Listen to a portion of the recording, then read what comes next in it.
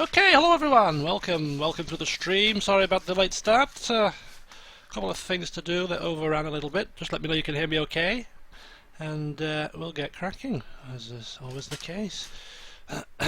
Still not completely ready. Just getting all my papers in order. How are we all this fine Friday evening?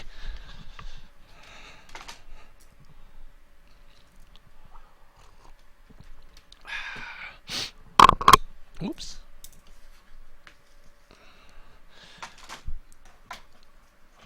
I think you can hear me by the looks of it. Lovely, lovely. You have to excuse me. There's a few notes that I've taken for this stream due to the nature of it. Right, you can hear me loud and clear. Very good, very good, very good, very good. Okay.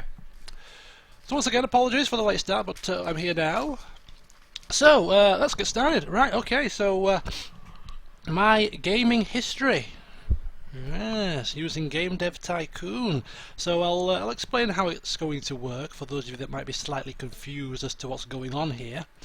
How it's going to work is, well, I'm going to use this game as a vehicle to relay to you my gaming history. This game is pretty perfect for it really, because you start way back when, from the Commodore 64 era, in the early to mid 80s, right the way through to modern day gaming. I started my gaming hobby back in 1988 at the ripe old age of 5, and I'm still playing games now, so this spans my entire gaming history, so I thought this would be a great game to sort of use as a vehicle to share that with you. So there's 3 goals to this stream series. The first goal is to relate to you my gaming history, give you a few facts and stories about a few games and a few consoles that I've had, and the second goal is to recreate as best as I can some of the good, great games from those consoles and computers through the ages on the game, to see if I can make them just as good as original real-life counterparts. And there's also a third goal. For every console that we create games for, we together as a community will create a game as well. And the goal is to try and make that game even better than everything we've created before. So that's the 3 goals. Gaming history, recreate games from the consoles, and then also together, at least once for each console, create a community-based game where we pick a name, pick a genre, etc., topic, blah blah blah. So that's basically it. So if you're looking for a pure LP of this, this is not going to be for you, because I'm going to be going very slowly, lots of narration, lots of talking, some interaction with you guys of course on the chat, so that's it. Now, one last thing before we do start, I have actually enabled a couple of mods, which don't really do a great deal to be honest with you, and second of all, I have also got the cheat options enabled, and the reason being is if you know and see my LPs in the past, you know that I don't cheat at all. I am a role player. I like to experience what the games have to offer and do. I've never cheated in a game, I don't think, yet. But here, I need to have all the topics unlocked, because I'm going to be recreating games, and as in the base game you only get 4 topics to start with, so I need to unlock all the topics. I've also got a mod with extra topics. And one more thing is I've also disabled staff fatigue, so they don't have to go on vacation. That won't affect us until later in the game, but it's just one less headache to worry about. I'm not interested about trying to tackle the hardships of the game as much as I am using this game as a means to share with you my gaming history. So that's the 2 cheats that I will be using, but that's it. I still will be playing the rest of the game properly. So with that said, let's start up and let's begin the stream proper. So I'm going to create a new game.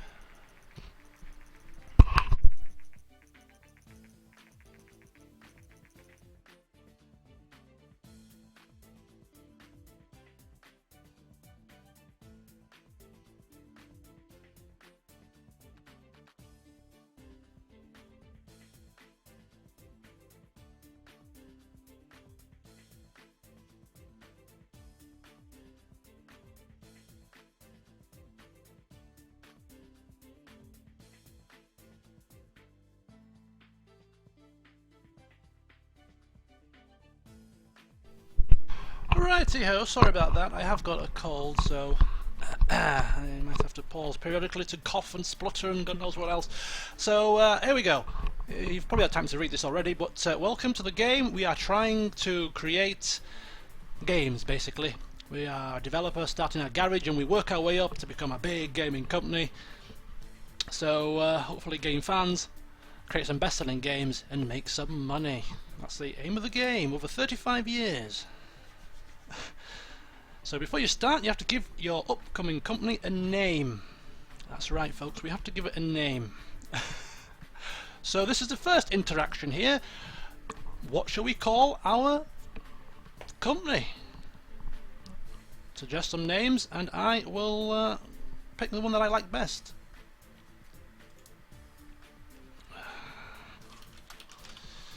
Of course, player name is quite straightforward. Company name, let me know.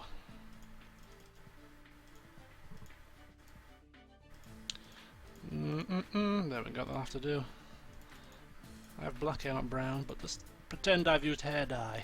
It is the 80s, you know. We're starting in the 80s.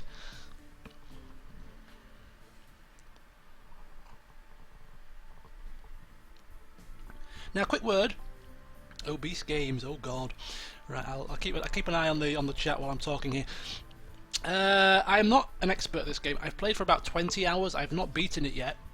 So if you guys have got any helpful hints or tips as we progress through, because I will need to progress through the game to make this work. I do have to progress through. If I don't progress through and don't make enough money, I can't make games for the bigger consoles, and therefore I can't progress the stream very well. So I will need to do well in this. So any tips and hints will be most welcome as we progress through.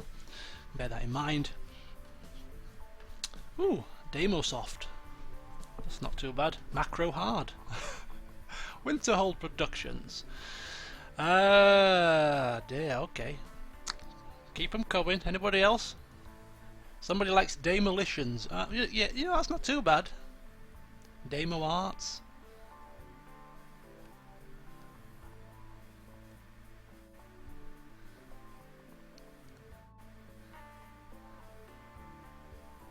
Ambrose Productions. Yeah, I like that one as well. Do you know what? We're going to go for it. The Plastic Paddy? Thank you very much. We'll go with Ambrose Productions. That's 3 people that like it. That's good enough for me.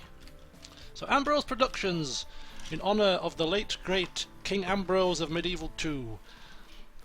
Ah, lovely. Right, okay, so Ambrose Productions is in business. We can choose to use all the previously gained hints. Yeah, why not? And I'm going to click on that one, overwrite that save, and if you ever want to review the tutorials, blah de blah, very good. Okay, so all these tutorials, I'm going to go through them again because I haven't played this game for about 6 months, so it's a refresher to me. I have had a quick test run this morning to make sure all the settings were right. That's about it. Right, so we started our own company, and we are in our garage.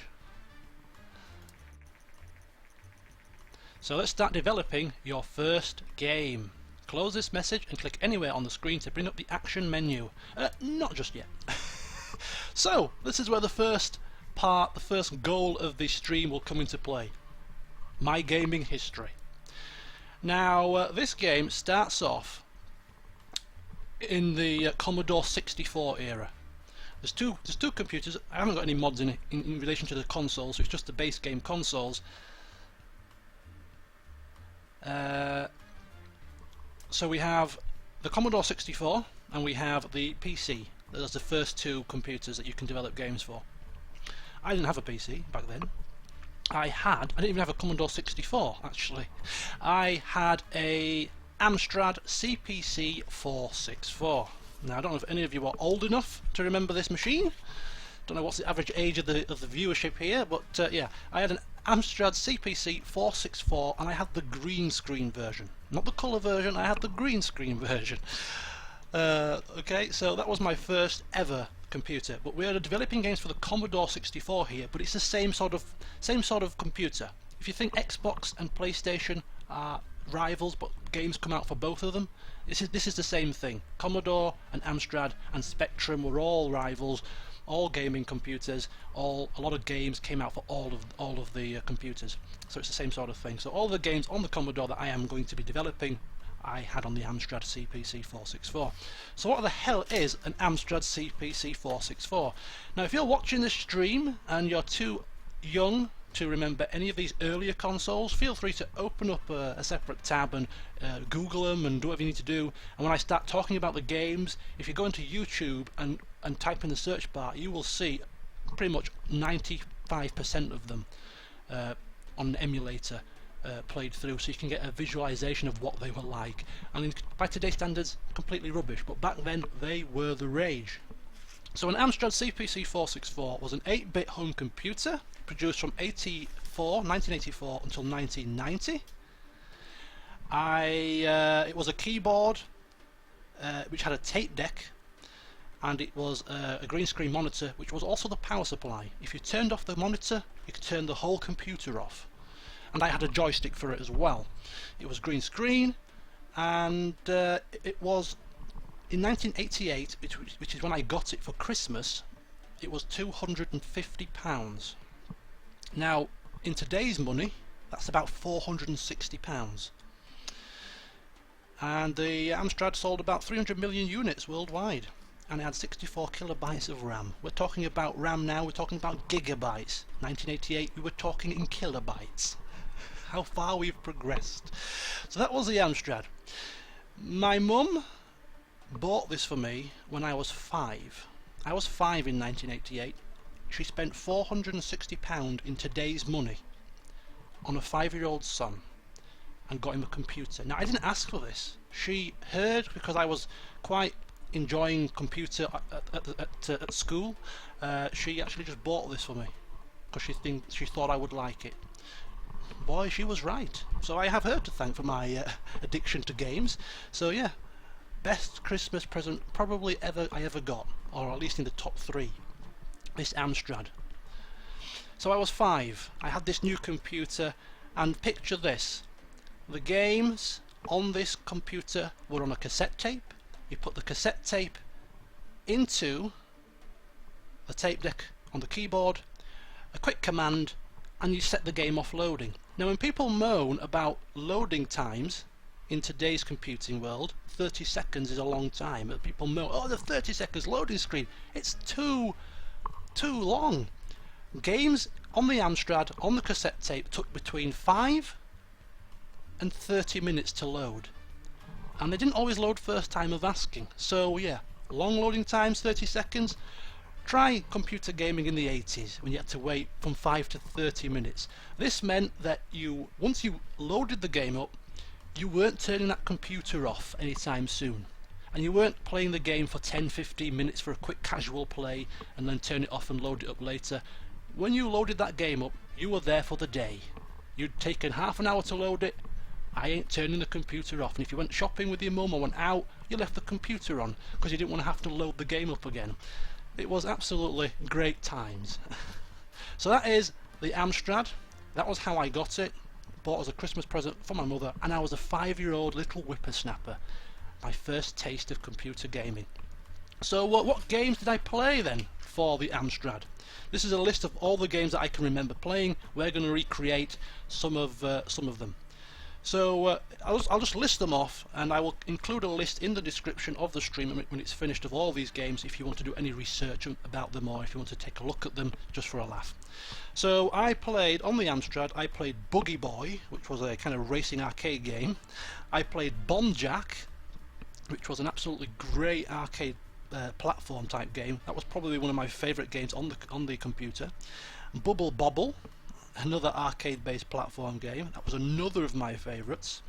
Burnin Rubber, which was a racing game that I didn't actually play myself, but my babysitter, childminder, who lived down the road from my primary school, she had an Amstrad as well, but she had the colour screen version, and she had this Burnin Rubber, and I used to watch her play it, and I loved it, but she never let me have a go. Dizzy, a platform adventure game. Grand Prix Simulator, which was, this is a classic, this was a game, a Grand Prix simulation racing game in the 80s, created by Codemasters. They're creating racing games now. They were creating racing games back in the 1980s. That's how long they've been going. Paperboy, an arcade simulation.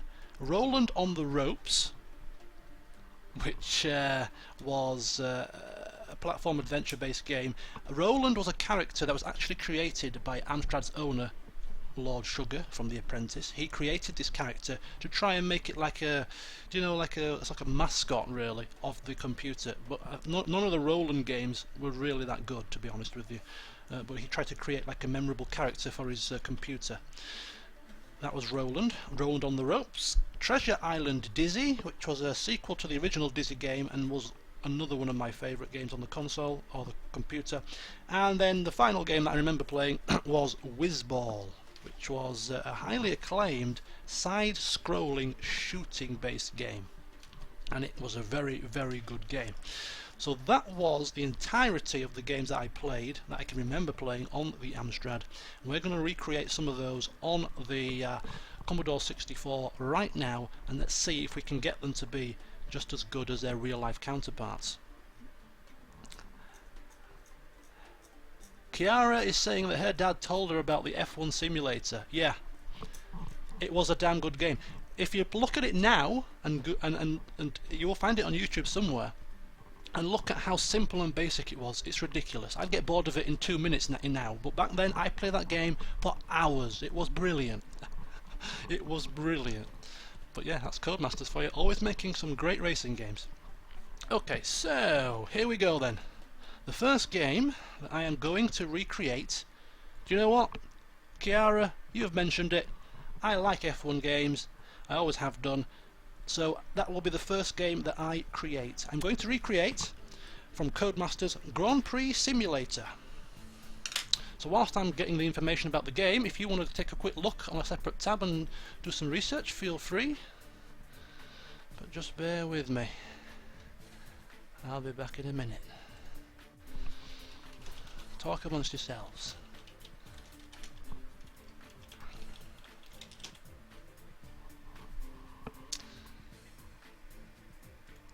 Okay, here we are.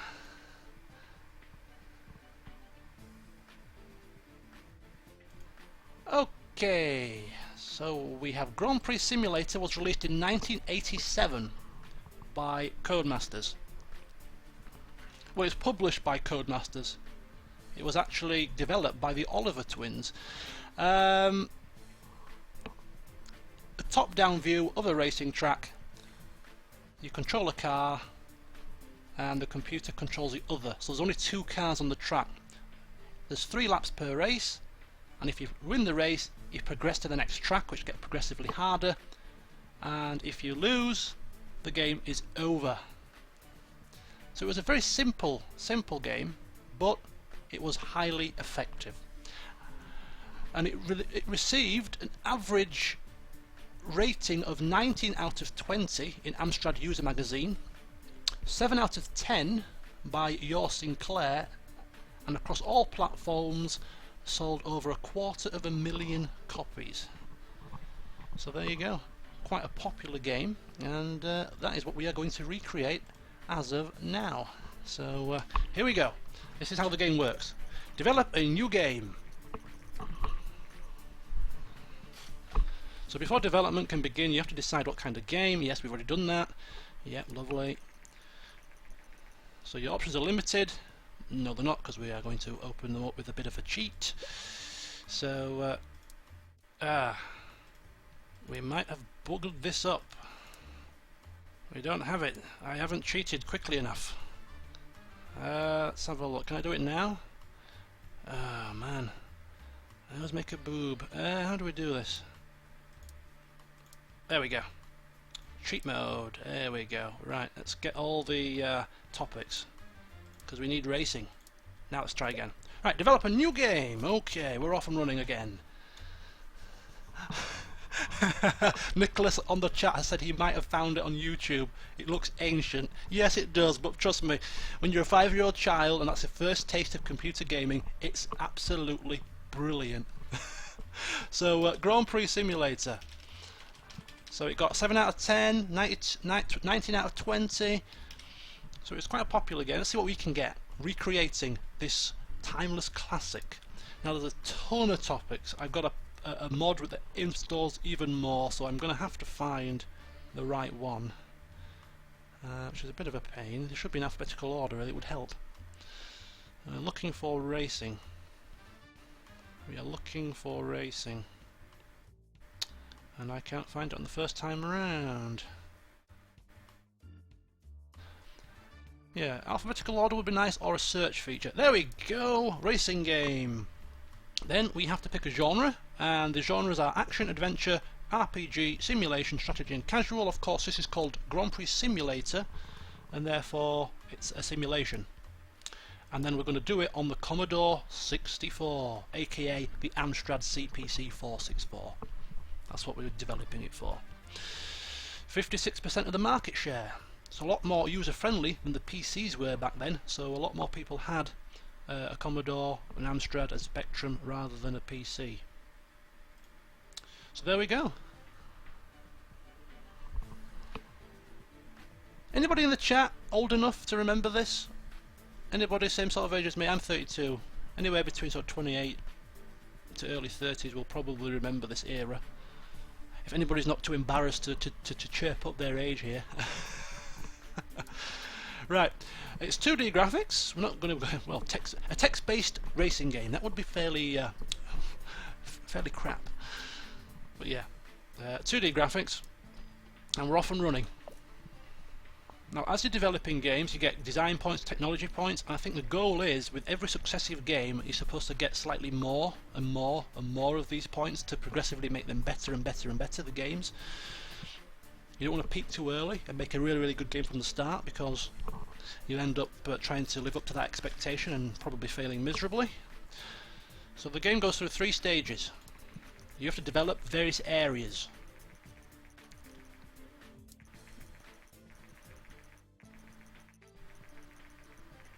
So we've got some 20-year-olds, not even 20 yet, just 24, 17 and 18. Oh, far too young to remember this era. Google and YouTube are your friends. If you need to see what's going on and what these games are on, just take a look. Okay. Yeah, very good. Maybe I should turn these off actually. But basically, the more pluses underneath a development section means that you should devote more time to it. It'll become very apparent when we get going. It's a lot easier to show you when you're actually doing it. So here we go. We have a development stage 1 of Grand Prix Simulator. Now this game is a racing game. It's a simulation based racing game, and various categories, various genres and combinations require different proportions of these things, and we have got to get it just at the, just about right. So any stories or quests in a racing game, I don't think there's any at all. So we don't need to put any time into that, or very minimal time into that. It's all about the gameplay, really. Bit of game engine, I suppose, but it's all about the gameplay. All about getting that gameplay right for the racing game. So we've started our development.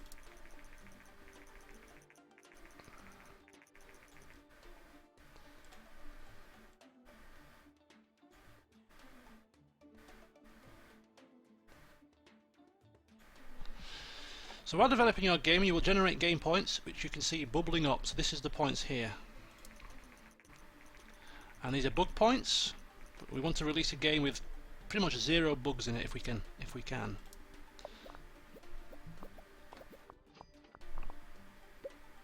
Okay, stage 2. Okay, we've got a lot of, going back to the chat, we've got a lot of 20, yeah, nobody over the age of about 26. Wow, it's a young bunch. It's a young bunch. Right, so any dialogues in a racing game? I don't think so. Artificial intelligence, very important to a racing game. We've all played them. If you're a fan of racing games, there's nothing more frustrating than playing a racing game with really crappy AI. It's so frustrating, isn't it? So lots of AI focus. Level design is probably track design.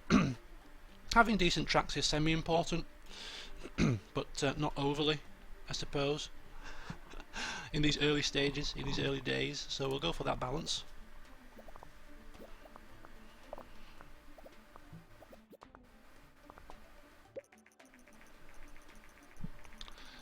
And during the development you can select additional features. So as we develop we will get new features to research, we can develop our own game engines, upgrade the graphics, upgrade the sounds, save game features, tutorials. As games get more advanced we can implement these features into the games. Obviously just now we're starting out, everything's very basic. 2D graphics, basic sounds, no save game features, just very basic stuff. So we're going to select 2D graphics, we are going to select basic sounds, and we're going to finish off our development of Grand Prix Simulator. So the final stage we got world design, which well, I think that's wider world design, so I don't think there's any of that required really. So 0% world design. Sound and graphics. I think sound and graphics, maybe graphics slightly more than sound, but pretty close really, pretty close. So I'm going to go for sort of something like that. Let's set this ball rolling, and that's it. We have developed our first game, Grand Prix Simulator. Let's see if we can make it a success. So what do we think, guys? Wish me luck. Is Grand Prix Simulator going to be a good one? Now I'm going to make notes here. You'll have to excuse me. Okay, Grand Prix Simulator. So we've got to wait for the bugs to go away, so we're just going to wait patiently. Hey, hi Winters Frost! Nice to see you. Okay, so all the bugs have gone. If you wait a bit more patiently you can get a couple of extra points here and there. So it's 11 design and 12 technology. The goal is to increase those as we go along. So I'm going to take notes of what we've got. So it's 11 and 12. Okay.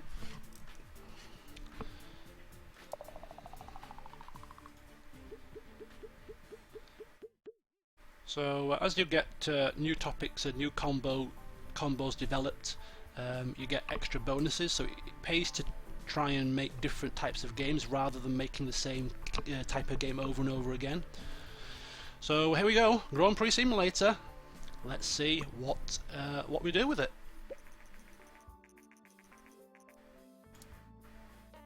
Whilst we're waiting for the reviews to come in, I am going to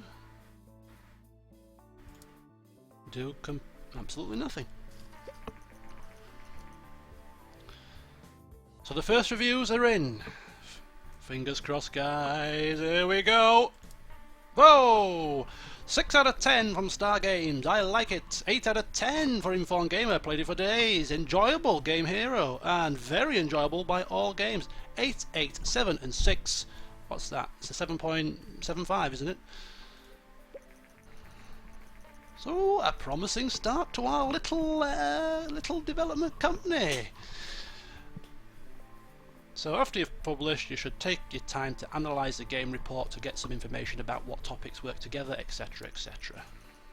So we'll do that. It also helps boost your research points. So generate game report. Oops, 7.25. My maths is a bit off. So 7.25 average. Grand Prix Simulator. Let's get a game report and see how much money we get from it and how many fans and how much money. Ambrose Productions, a newcomer in the gaming industry, has just released their first game, Grand Prix Simulator. The game received favourable reviews. With such a good start, Ambrose Productions are sure to gain fans quickly. I hope so. Not bad for 7.25 average. You drive a hard bargain. This is our first game as a developer, you know. 7 points. I'd take that. We made it to number 26 in the charts. 4,000 units in the first week, and we will get the income as it sells. We have 16 fans.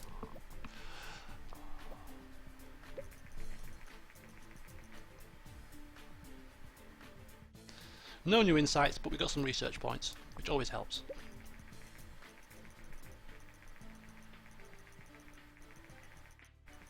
Okay, so now we can start researching things. So research is important to unlock new options, make better games. You need to save your research points up to create your own game engine and stuff like that. So we can research at the moment. a new topic, which we don't have to do because we've unlocked them all. So we're going to save some research points over the course of the game, which is nice. The next big step really is making our own custom game engine and putting it or putting a load of new features into that game engine to make our games better. We're nowhere near that yet. We're just going to keep developing a few more games for the Amstrad / Commodore 64 and see if we can make them as successful as we can. So there we go. Grand Prix Simulator is selling. A company sales record with over 10,000 units sold. Small beginnings, but it's a good positive start and we're getting money. I'm going to pause it again and we're going to look at the second game that we are going to recreate here. So Grand Prix Simulator, what shall we go for next? What shall we go for next? Well, we've got a racing game, so we won't do another racing game. How about I'm going to go for one of my favourites, Bubble Bobble. So like before, if you've never heard of Bubble Bobble, I want to do some quick Googling and some quick YouTubing to get some clips and just to see how good these games really were back in the day, feel free. But Bubble Bobble was an arcade style platform game. So I'm just going to bring up the game and give you some fun facts about Bubble Bobble before we recreate it. Bubble Bobble was a game that I didn't actually play myself, but this was a game that I did actually play at my childminders. You know, the childminder that didn't let me play Burnin Rubber? Well, she did actually let me play Bubble Bobble occasionally. And it was a highly enjoyable game. It was one of my favourites. Where is it? There we go. Bubble Bobble. Okay. So it was first released in 1986 and it was later ported to numerous home computers and game consoles. It was an arcade game. A game on the arcades. It starred twin bubble dragons, Bub and Bob. It was an action style platform game. And the players travel through 100 different stages. 100 different stages. That's some longevity right there. And without a save feature, that's a long time. But you're trying to play all 100 stages in one day. My God.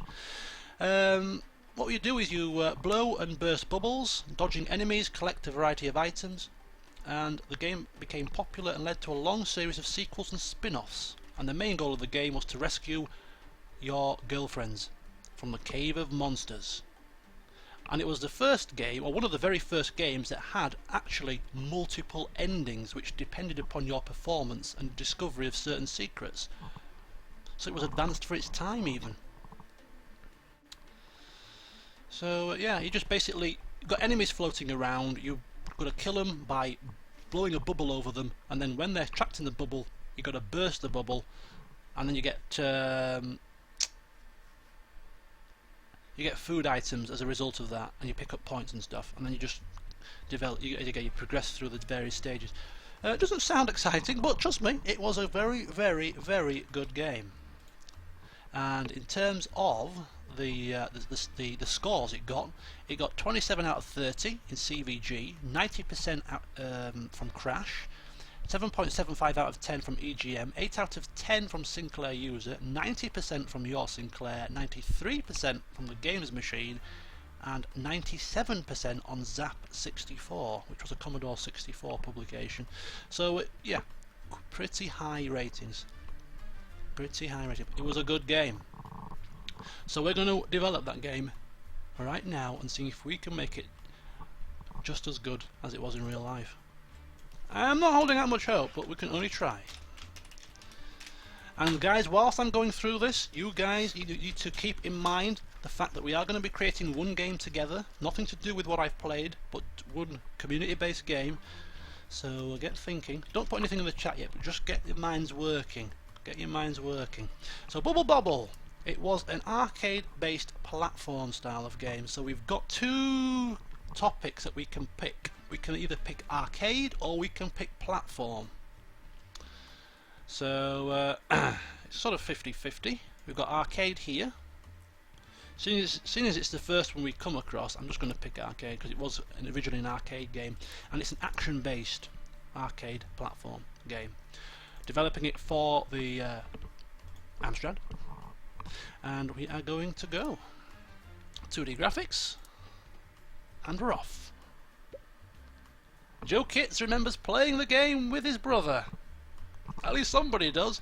But it did get re-released over a number of years on a variety of different consoles. So even if you didn't play it on the Commodore or the Amstrad back in the 80s, you might even have played it in the 90s, because it was such a popular game that it's been remade so many times. So here we go. It's an arcade-based action game. So what's going to be the focus? Well, story and quest. There is some story and quest, and there was multiple endings. So even though per se an action game doesn't really require story and quest, I'm going to put it in. It might hinder our score a little bit, but it did have some semblance of a story. Gameplay, relatively important, but the game engine appears to be the most important. So we're going to go for game engine, bit of gameplay, and a little smattering of story and quests.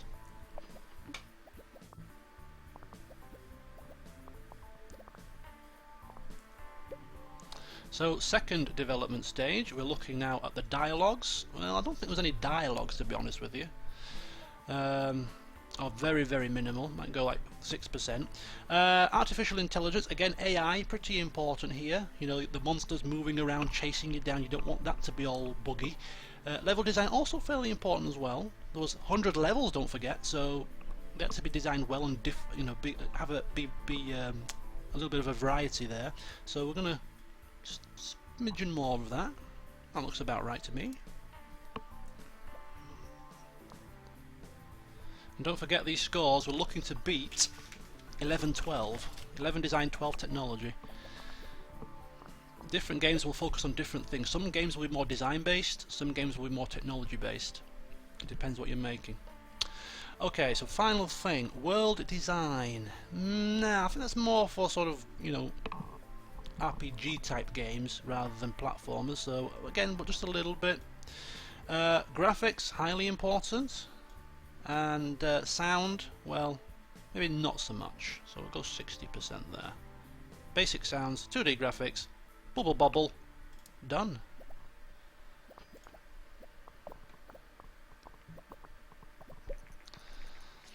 So Grand Prix Simulator is off the market. It's sold 20,000 units, generating 145,000 sales.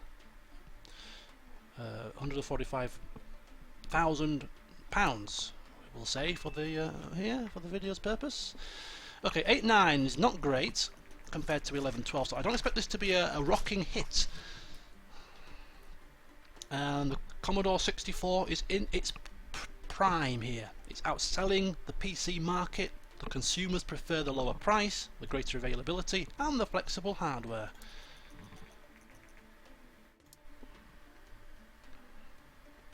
Oh, 8.9 is not going to be a. It's not going to be a hit. Another bug's come here and a bug out. Oh, we're gonna have to run with it. This is not going to be good. I don't think I will be recreating Bubble's greatness here. Bobble. What is it? 8.9. 8/9. Holy cow! This is going to be a car crash. Let's release it. I'm closing my eyes.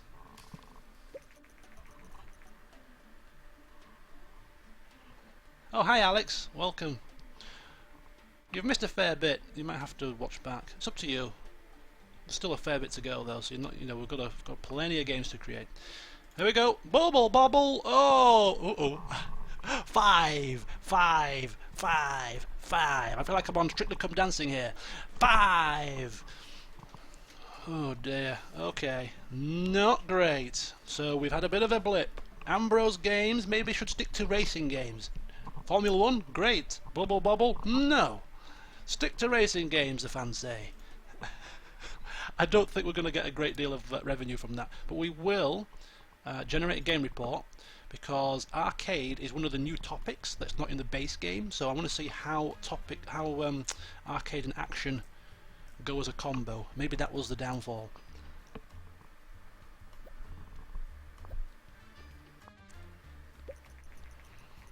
So arcade and action is a bad combination. That's why we suffered. But I can't see how arcade games and action is a bad combination. This is the trouble with the custom topics, because sometimes they can be a bit hit and miss. Your typical arcade games are either racing games or they're shooters. They're full of action. They should go well together, surely. So, well, I won't be picking arcade action again, that's for sure. Okay, so that's where we went wrong with that game. Learning point. So the Japanese company Ninvento, aka Nintendo, is planning to launch its very own home gaming console. Many industry experts doubt that home gaming consoles will take off, but we are eager to see what they will deliver. Yeah, industry experts were obviously very wrong in that estimation. Right, we're going to develop another game very quickly because that was an absolute car wreck. So Bobble is being butchered by me. Let's pick something else.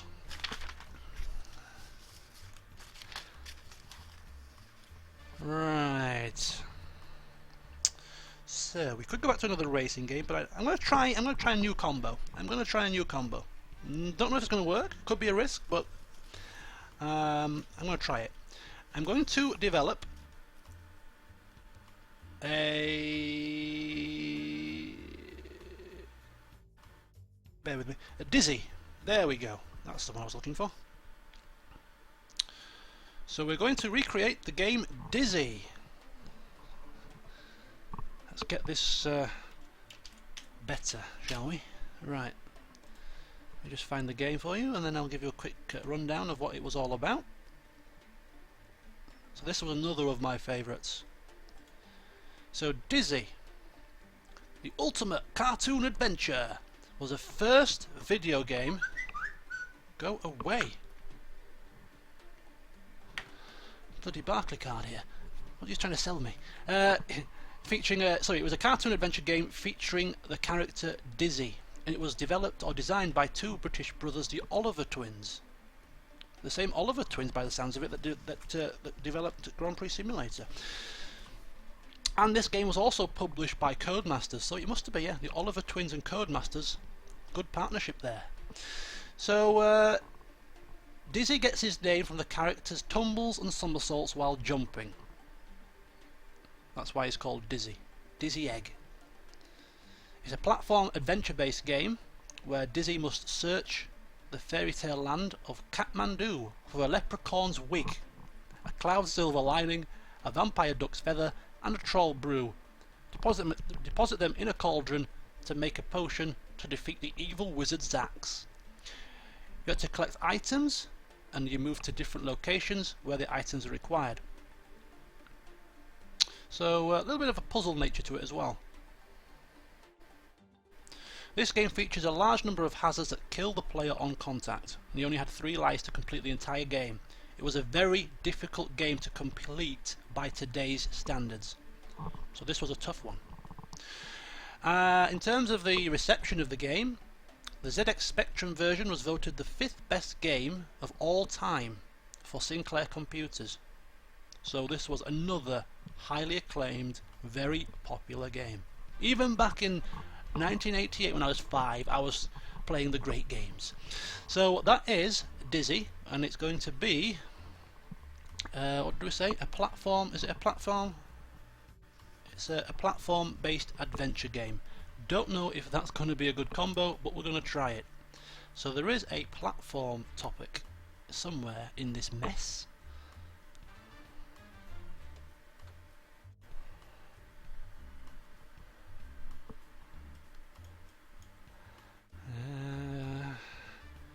Shout if you see it. Shout if you see it. There it is, platformer, and it's an adventure-based platformer, and it's on the Commodore 64. So we are going to try and recreate the timeless classic that is Dizzy. Can we make it better than the car crash that was Bubble Bobble? I certainly hope so. Otherwise we'll never get to the next location. 2D graphics? Indeed it is. And we're off and running.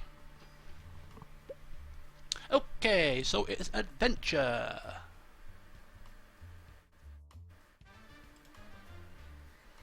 So adventure games then. a lot more based on story. Yeah, I'd say so. Engine? I don't think engine's going to be quite so important, and gameplay maybe a little bit more so, so something like that. I think we might split those 50-50 actually. It's just something like that, but a lot of story questing in here. It's an adventure game, there's a story to it, you've got to defeat the evil wizard, so yeah, that works.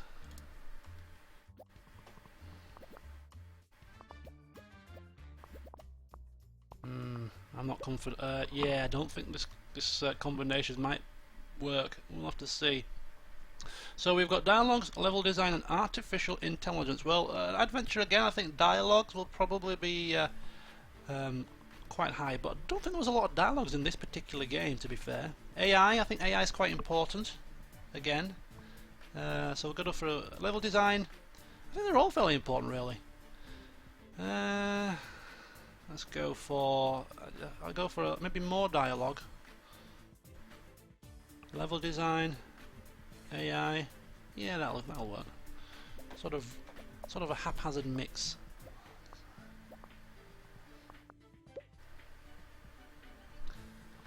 Yeah, we're not doing very well, are we? This is the trouble. I'm picking a lot of the custom or the modded topics, and I'm not sure that not sure if they're very have a lot of synergy with the genres.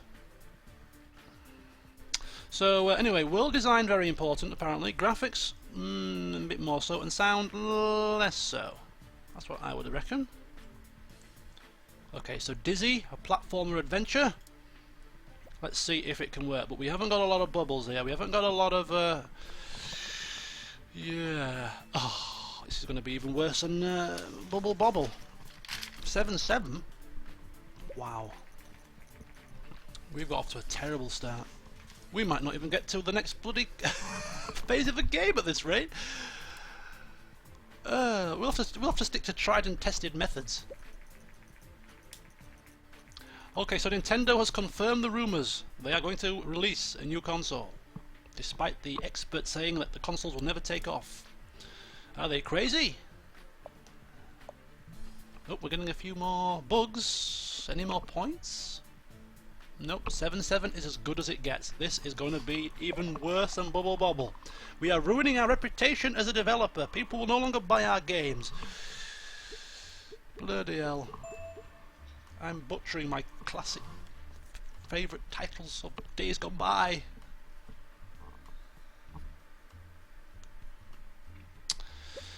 Okay, I don't want to see the reviews. 5, 5, 5, 4.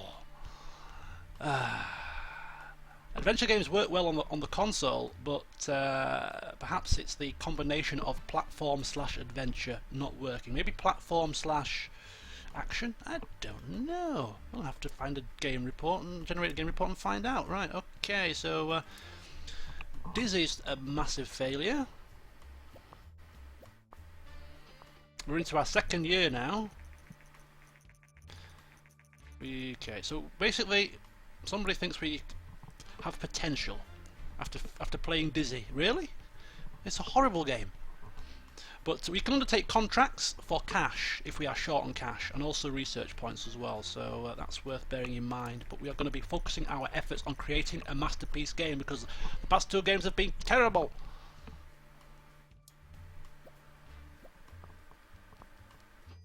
Yeah, we're not doing well. Look at this, Dizzy, barely getting off the ground. Platformer and adventurer is a terrible combination. It's not though. It worked in real life. It's not a terrible combo. It worked. It was a hit. Okay, gameplay not very important. Right, okay, so we went wrong there. So we've got to develop another game as quick as we can. Normally I don't develop games one after another like this, but when you develop bad games you've got to dust yourself down, get back on that bike and go again. So let's make something better. Right, I'm going to go with a tried and tested combination this time that I know will work. I'm going to recreate Buggy Boy.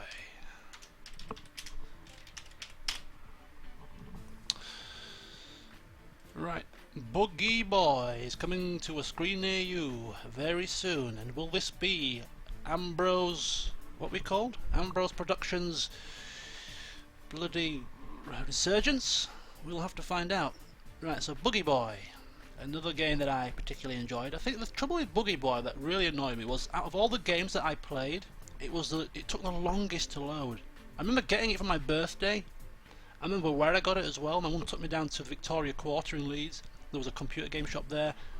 I picked it out, I got it for my birthday, I put it in, ready to load it up, and it took ages to load. It must have been about half an hour. This was like, oh, it was so frustrating. So it's Buggy Boy, also known as Speed Buggy. It's a driving style arcade game. There's 5 courses to drive around, and you'll get around it in the shortest possible time. There's a variety of obstacles in your way, such as boulders and brick walls, and you've got to go through gates, get points, collect flags, that kind of stuff. Very simple. And in terms of the review scores, CVG gave it 33 out of 40, Crash 71%, we've got Your Sinclair 7 out of 10, Zap 64 97%, they seem to be very easily pleased, this company, and 92 out of 100 from the Games Machine. So it was again another fairly popular game. Another fairly popular game. Can we make it just as popular? Probably not, but we're going to try. Pick a topic. It's a racing game. We're going back into the racing game market. Grand Prix Simulator was our best success. We're going to stick with what we know. We know racing games. So where did racing games? There it is. Right. And it wasn't a simulation-based racing game. It was an action-based racing game. Now, racing and action, does that work? Racing and simulation does, but we'll have to wait and see. So, Commodore 64. Let's go. 2D graphics.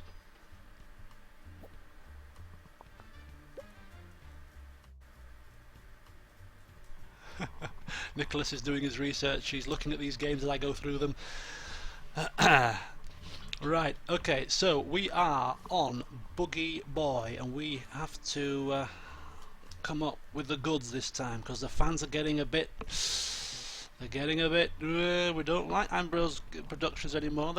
They're bringing out crappy bloody platform games. So let's just take a quick peek. This is an action-based racing game.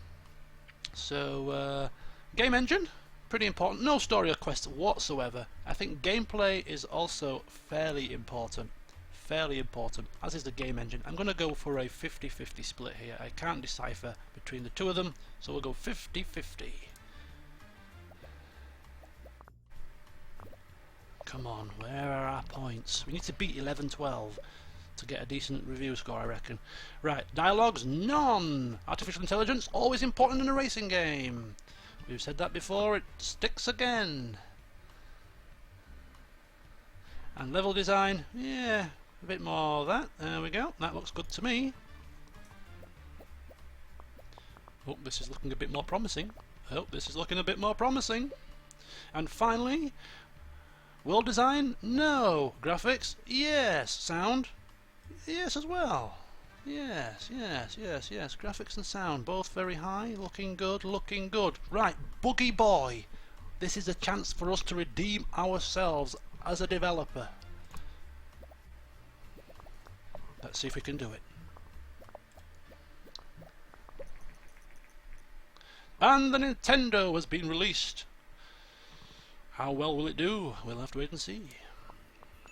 13 technology, 8 design, and we're still getting a few more points. Dizzy's off the market, still selling a paltry 10,000 units, but we're still making a profit on it. So that's I suppose something. Okay, 1410, 1014. That seems to be another point. That'll do. So that's 10 design, 15 technology. Not sure. I'm not sure.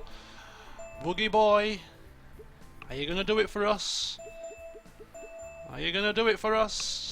Fingers crossed, folks. This is Buggy Boy. Could this be our saviour? First reviews are in.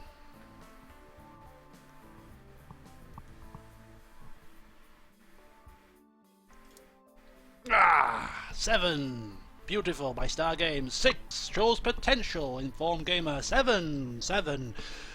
7. Average. Well, I said 7 was good last time. Our first game was a 7 something or other, wasn't it? So, yeah, 6.75 I think that'll be. Yeah. Not a trendsetter. Certainly not a trendsetter. Alright, let's have a look and get a game report. Buggy Boy, 6.75.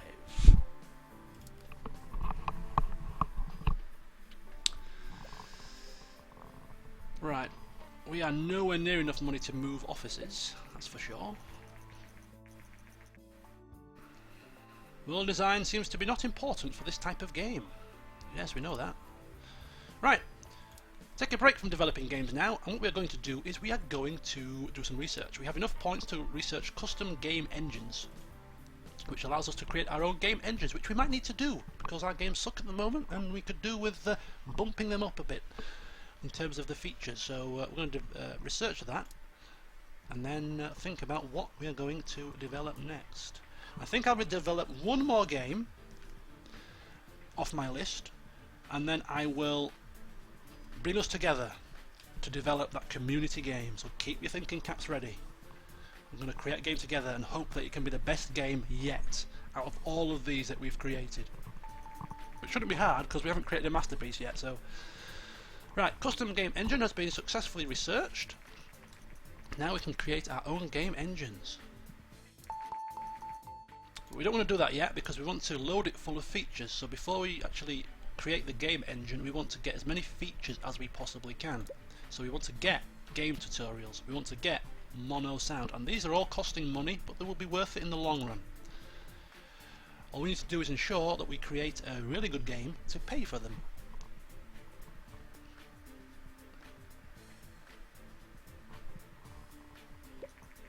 So Buggy Boy sold 31,000 units, generating 223,000 in sales. Not too shabby. Certainly funded our research into new game components for our game engine, game tutorials. Lovely. We know this. We need to create a new engine to use these new parts. Let's research mono sound.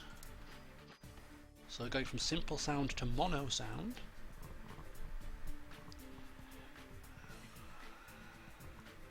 So we're almost into year 3 and we're still just sort of struggling along, just creating average games. Nothing sort of big hitter yet, but we're gonna be there. We're gonna keep on persevering. Right, so we've got all the game features that we can possibly get for the moment. We don't want to create our custom engine just yet, until we at least consider moving consoles. So one more game that I am going to create for my list, and then we're going to create that community-based game, and hopefully that might be what we need. So I'm going to go for Wizball. I'm going to go completely different from what we've been creating. I'm going to go do something completely different, try to feel our way into various genres and topics and see if we can create something. So Wizball, let's get that up and I'll give you a quick rundown on Wizball. And I think you'll, as silly as it sounds, the game, Wizball was probably one of the best games for these consoles. The Amstrad, the Commodore, the Spectrum. It was an absolute masterpiece. Google it, check it on YouTube. It was absolutely glorious. You won't think that now, looking at it, but it was. It was released in 1987, originally for the Commodore, but then it went across to the Spectrum and the Amstrad. Also the Atari and the Amiga. Okay, very good. So it was set in a once colourful realm known as Wizworld, which looks very much like outer space, where the evil Zark has stolen all the colour, making it dull and grey, and we, Wiz, and our cat Nifter need to restore the colour to the realm. It's a side-scrolling shooter, a very unique style of game for the time, and it took place over 8 levels.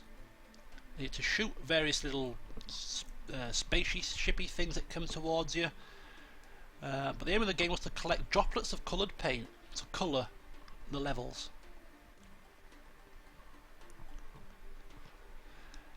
So that was the game.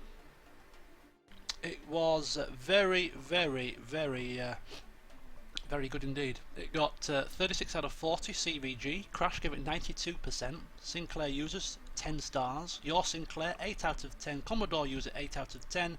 The Games Machine 87% and Zap64 96%. The game has been heralded as one of the best ever original games to appear on the Commodore 64. And it was the innovative style of the side-scrolling shooter that made it so memorable. So that's Wizball. I can see the chat, James. Don't you worry. I can see the chat. So that's Wizball. I'm going to try to recreate it, and hopefully this might be, I keep saying it, but this might be the game that gets us kick-started. Let's develop. And it was spelt with one Z. Wizball. Now, it was set in its own little world. There is no shooting option in these topics, unfortunately. There is first-person shooter, but there's no shooter. So I'm going to set it as a space action, an action-based space game. And on the Commodore 64, we're going to go 2D graphics. We're not going to use our new game engine just yet or create one. We're just going to use the old stuff, because I'm sure we can actually get a good game out of our old hardware if we get the right combinations, the right level of detail.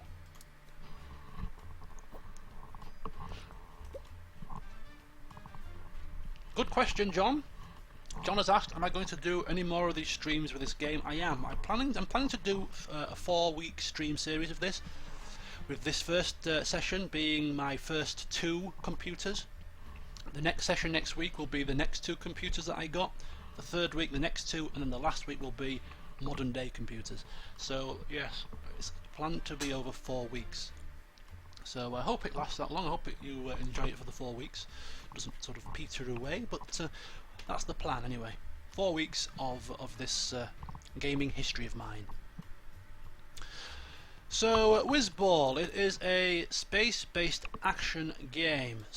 So game engine, story and quest. Again, there was a little bit of story and quest to it. Of course, the story being you had to make the world colourful again. The gameplay is also pretty important, as is the game engine. So I think we'll do something like that.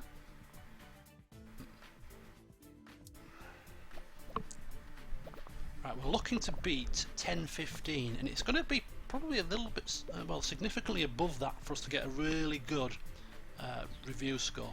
Dialogues, I don't think there was a great deal of dialogues, to be honest. Maybe a lot of text, not a lot of dialogues. AI, again, AI's got to be good. Level design also has got to be decent. So it's fairly good there. Nice balance. Come on, Wizball. Ooh, and the Nintendo Entertainment System, the NES. The NES has been a massive success, despite the critics saying it'll never take off. Should we be looking towards moving consoles? That's another thing I forgot to explain, that I will only be developing games for the consoles that I owned. So if I didn't own the Nintendo Entertainment System, then I won't be developing games for it, etc. And I won't be telling you what consoles I've owned until we get to developing games for them. Keep it a bit of a surprise, eh? I love the games that come with a NES. Playing with a controller is so much more fun than on a keyboard. Yes, you see, back in the day there, ooh, it's a new thing, controller. Now, keyboard gaming's all the rage once again. And PC gaming, but anyway. I'm getting ahead of myself, we're in the 80s here.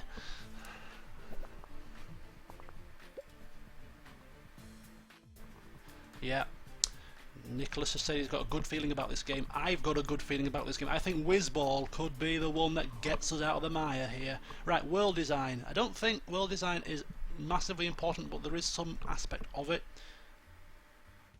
It's got its own world, don't forget. This is its own created world, so we'll go about 20% again. Graphics. Yeah, graphics good, sound good. I like the balance. More graphics based than sound based. So let us cross our fingers, cross our toes. Can we create a good game?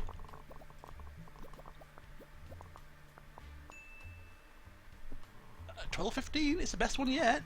Let's wait a couple more minutes, a few more seconds, see if we can get a couple more design or technology points. Come on, just another couple. Yes, 12, 16, another one maybe. Yes, I'm gonna take my time. Ambrose Productions are really taking the time with this one. This is an important game. Their reputation is on the line. That'll do.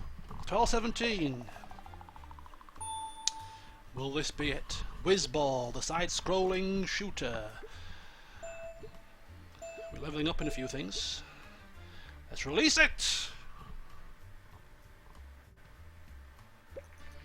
Okay, the reviews are in, and I've never been so nervous. The first game was quite nerve-wracking, but this is a reputation saver. Oh! Played it for days! Star Games, enjoyable, informed gamer, love it! Game hero, good game, all games. That'll do. That'll do. That's not bad. What's that, 7.5? Generate game report. Quickly. 7.5. It's our best one yet, isn't it? Or is it not? Was it 7.7? I can't remember. I think this is our best review yet.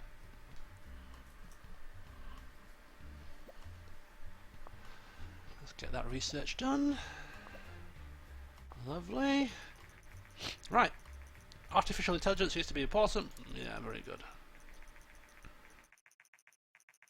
So now we're getting the option to specialise our games in terms of our target audience. We can target our games to be towards the younger end of the spectrum, the older end of the spectrum, or for everyone. So more mature gamers, younger gamers, or everyone. We'll have to utilise that.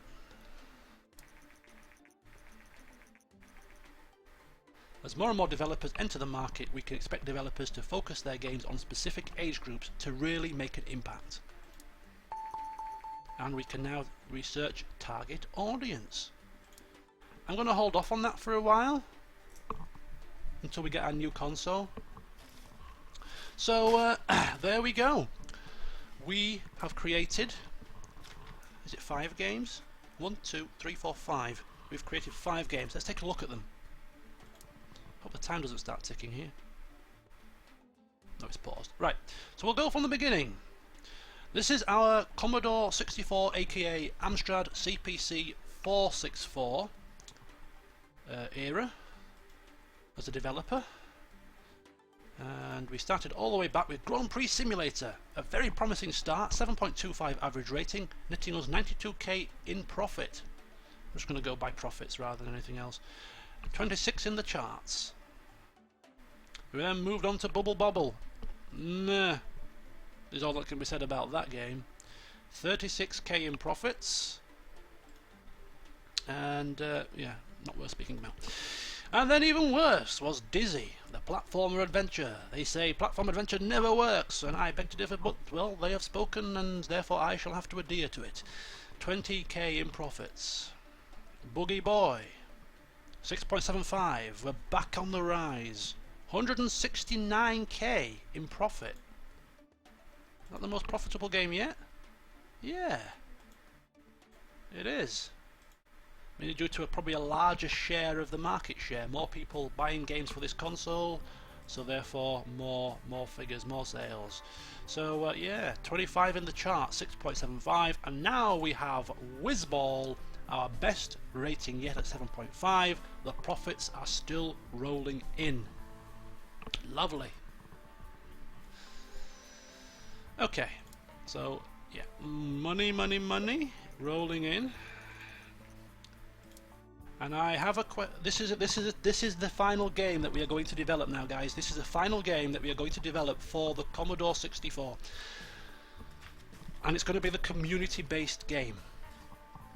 So you've seen how it works. So what I'm going to do first of all, I think, is I'm going to create a custom game engine for this final swan song on the Amstrad here. So what shall we call our game engine? That's the first question. It's going to cost us a lot of money to make this, so this is almost like make or break time for us here. the next game we create will have to be a big hitter. It's a community-based game. We're going to work together on this one to create a masterpiece. So, first of all, though, what should we call our gaming engine?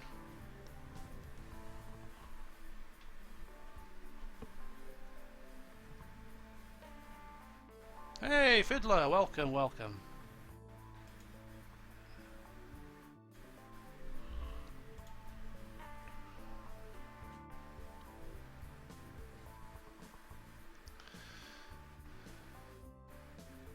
Don't make the engine if you aren't going to make any more games on the console, says MS Lonsky or Mislonsky. I don't know how to pronounce that. Sorry. You can use this. You can use this on the other consoles as well. You don't. It's not just for this console. We can certainly use it. We can certainly make it. We don't have to use it. Or we could just use maybe one or two features of it, rather than using all of the things. Maybe just use the graphics and keep everything else off, to give us something else to implement as we move on down the line, giving people extra bits of features drip by drip, so that we don't give them everything too much in one go, so that we leave ourselves too much to live up to. Jon Snow, King Ambrose, Horston, Fork Engine. Not saying anything. Damo-tastic. I like that. That's quite good. Damo-tastic. Not that I'm vain or anything. It's Ambrose. We could keep it like. We could keep it Medieval 2 based. The Dongle Engine. Daymotion. Oh, I like that one. That's a good one. Well done. 271828122 blah blah blah blah blah blah. Well, I like it. Is that really a name? My God, it's just a string of numbers. Right, Daymotion. The Daymotion engine. This shall be our engine name for our entire career. Just the version number will change. Daymotion version 1. All these new features we can implement. Let's create it. It's going to take a little bit of a while. So our final game will maybe use a few features or one or two features of this new engine to give it an extra boost. Oh, Wizball is a surprise hit with the players. But they, yeah, look at that. People can't wait for what we're going to develop next. As long as it's not a Dizzy or a Bubble, we'll be fine.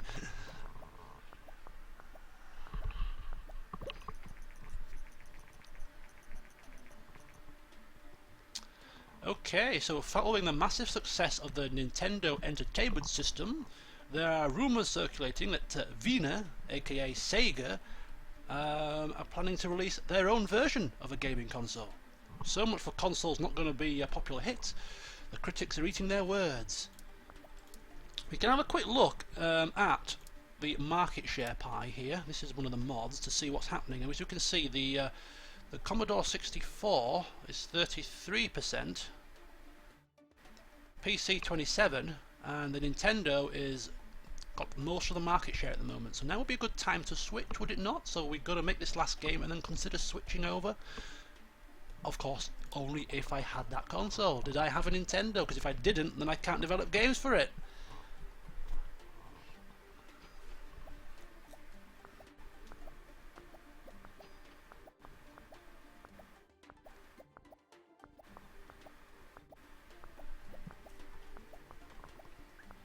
All the different features being put into the engine. I mean, imagine that, making a game engine yourself in your garage. I mean, that's just ingenious, isn't it? Right, it sold 38,000 units, generating 270,000 in sales.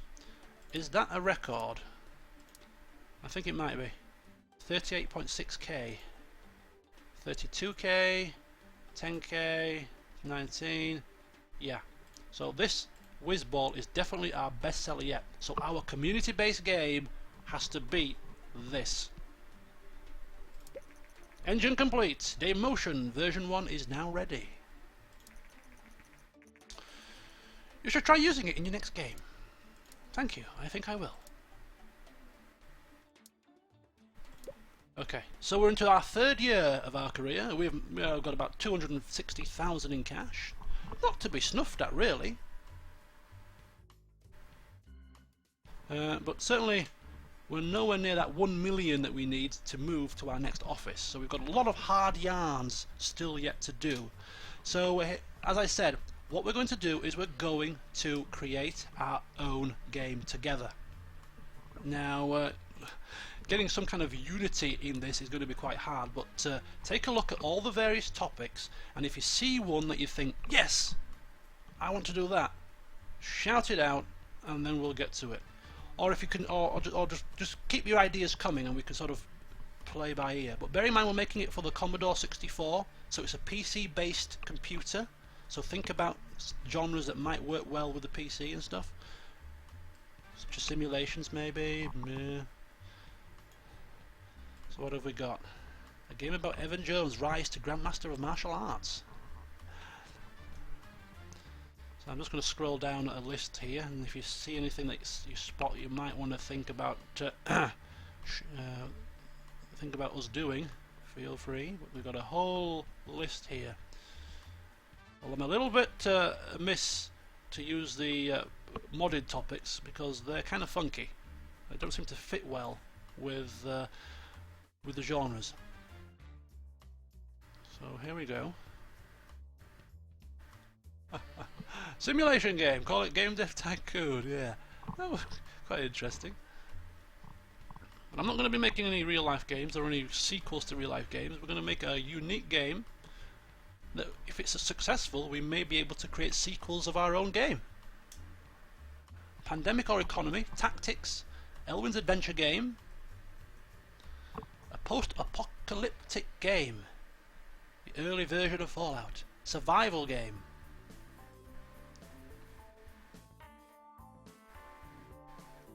Survival. Post-apocalyptic, quite interesting.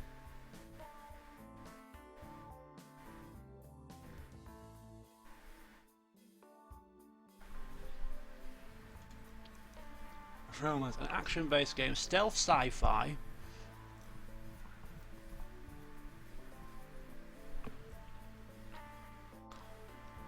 Let's get our brains working, folks. Come on! Make a game about one of my Total War characters. That could work. Do you know what? We're called Ambrose. Let's do it. Shall we do?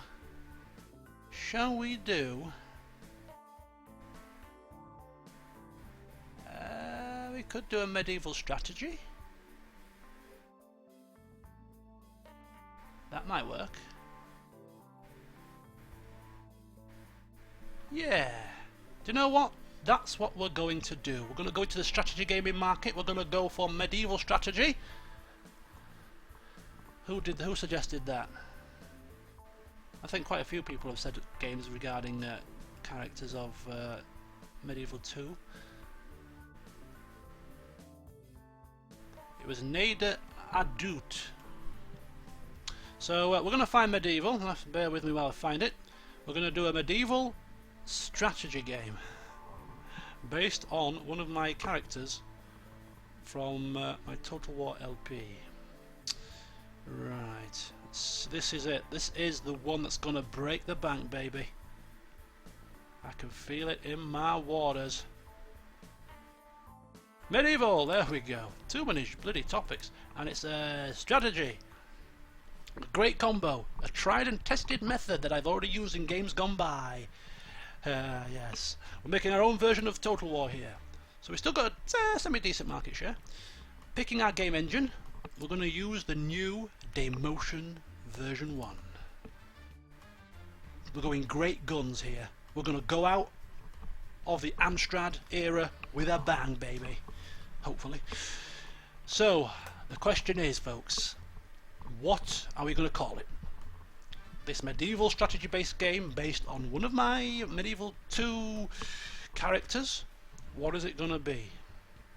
What is it going to be? Is it going to be about Horston? Is it going to be about his escapades? Maybe something to do with the war against the Milanese? Maybe something to do with Simon Maitland and the war against the Danes? King Ambrose and his rise to fame? There's plenty of people to pick from. Toby the Killer? Lawrence Biddell? Diplomacy-based medieval strategy game? Could work. Come on, what do you think?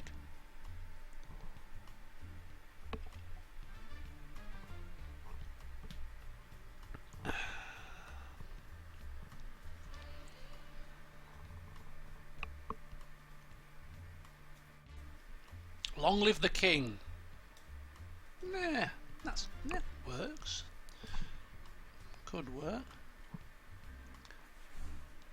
Writer's block. Wow, I got an achievement. I got an achievement for not putting my name in quick enough. The reign of King Ambrose. King Ambrose, keeping up with the commoners. Dirty peasants. That's not a name. That's not a good name for a game. Simon and the Flaming Balls of Death. Ah. Oh. I've seen it.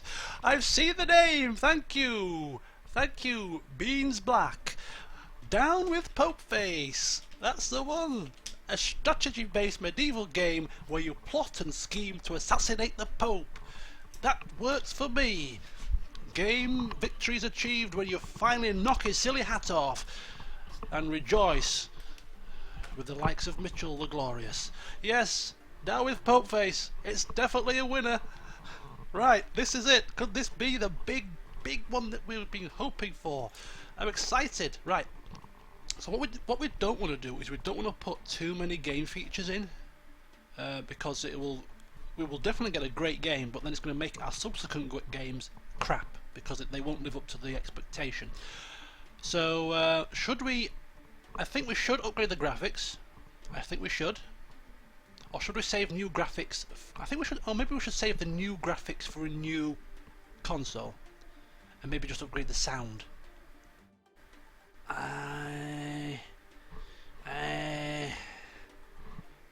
Oh yes, Toby the Killer certainly will make an appearance, Ben. He certainly will. Maybe he will be the guy. Do you know in the Total War series get that annoying advisor? Maybe Toby the Killer will be the advisor to the players, giving you hints and tips about how to go about your business. What do you think, guys? Should we hold off the graphics until we go into our next console, or should we just go for it now? Should we just go all out? No, Fiddler is saying no. Let's go all out. We need to ensure that this game is a hit. Right, okay, you've spoken. Let's go for it. This is the big one. There could be sequels to this if this is successful. Right, okay, so Sega has released, or announced rather, the Master System. Now, Sega Master System is being announced. Right, I'm just going to pause. I'm just going to mute for a second. Bear with me.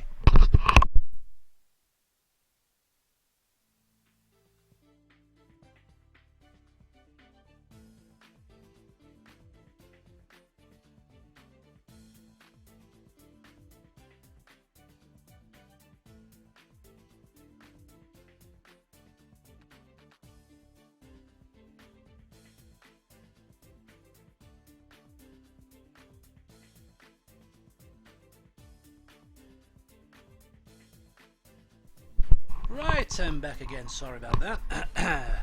Okay, so this needs to do it. This needs to be it.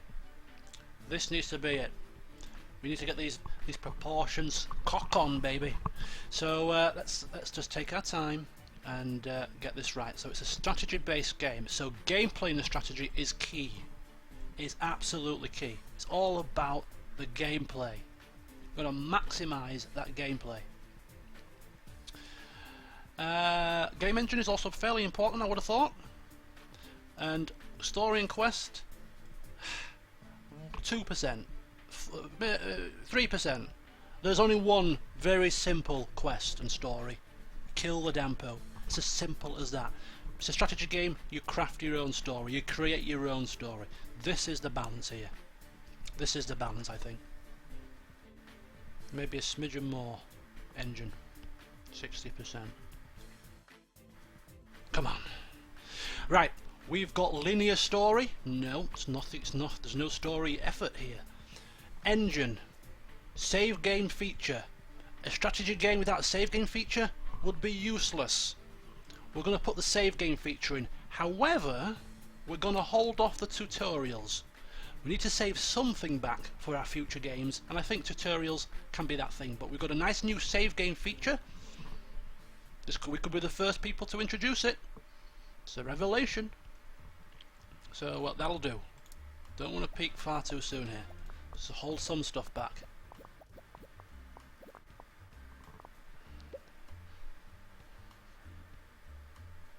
Okay, down with Pokeface. We're on to development stage 2, which is dialogues? No dialogues. It's a strategy game. Who's talking in a strategy game? Seriously. Toby the Killer's talking. He's giving you advice. Although it's not strictly a tutorial, because we don't have it. So we'll go over a smidgen of dialogues. Just a smidgen. Maybe some battle speeches and stuff like that. What else? What else? Well, level design? Campaign map, maybe? Very important, I would have thought. Battle map, campaign map, sort of level design, strategy-based level design. Yeah, it's fairly important, but AI is also similarly important. What's more important? What's more important? AI is pretty important as well, I would say. I would say so. I'm going to go 50-50. They're going to split level design and artificial intelligence. I can't split them. I think maybe, yeah, we're going to split it 50-50. 50-50. Oh. People more skilled in the game, perhaps, than me, saying maybe less level design and more AI. I don't know. I don't know. The jury's out on this one. I wouldn't normally ponder this long, but this has to be a big one. This has to be a big one here. I think I'm going to go there. 50-50. Both equally important in my strategy game. We're already at 10.9. Our previous best was 10.15, so we're looking pretty good here. Right, and we're going to upgrade the sound as well. We're going to upgrade that sound. We're going to enjoy hearing the Pope's screams as he's bloody stabbed in the back or arrow through the eye, whatever it is. We're going to enjoy that sound. Okay, so here we go. Development stage 3.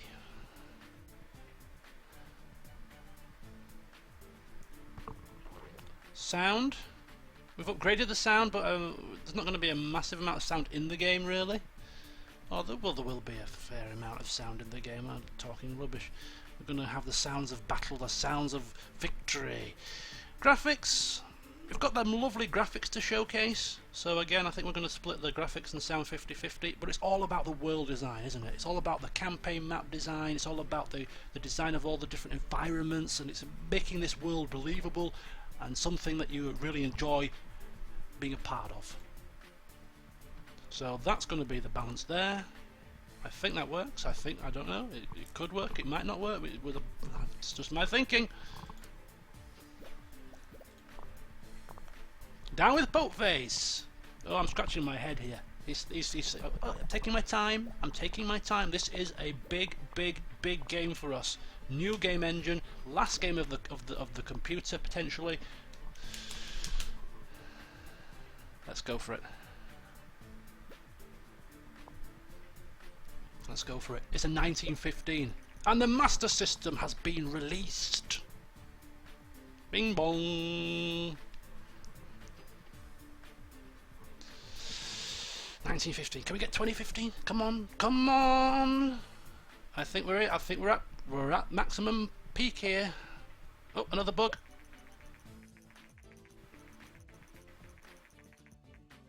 Who cares about the Master System? Finish! 1915! It's not as high as I hoped it would be, but it's the highest game produced in terms of our technology.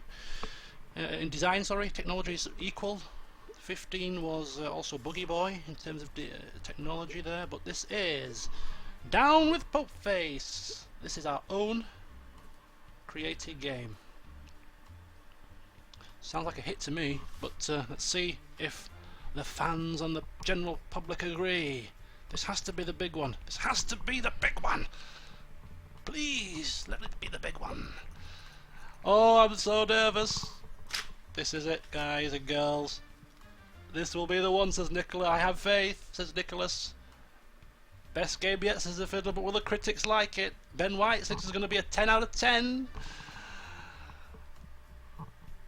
Let's find out. Oh! Hit and miss. I don't know, 9797, an average rating of an 8. It's our best rating yet. If a couple of these were 8s instead of 7s, we'd have been laughing. Informed Gamer and All Games, what are you doing, man? You miserable buggers. Maybe they're secret Pope admirers and they're just offended at the name of the title and the game itself. Pope fanatics. We'd have given you a 9, but we like the Pope, so it's only a 7. Thank you. Well, let's see what we get in terms of sales. Not as high as I was hoping for. I'm a bit disappointed, but I love the name and I can feel a sequel in the making on future computers. Right, game report. Down with Pope Face. Let's select that one.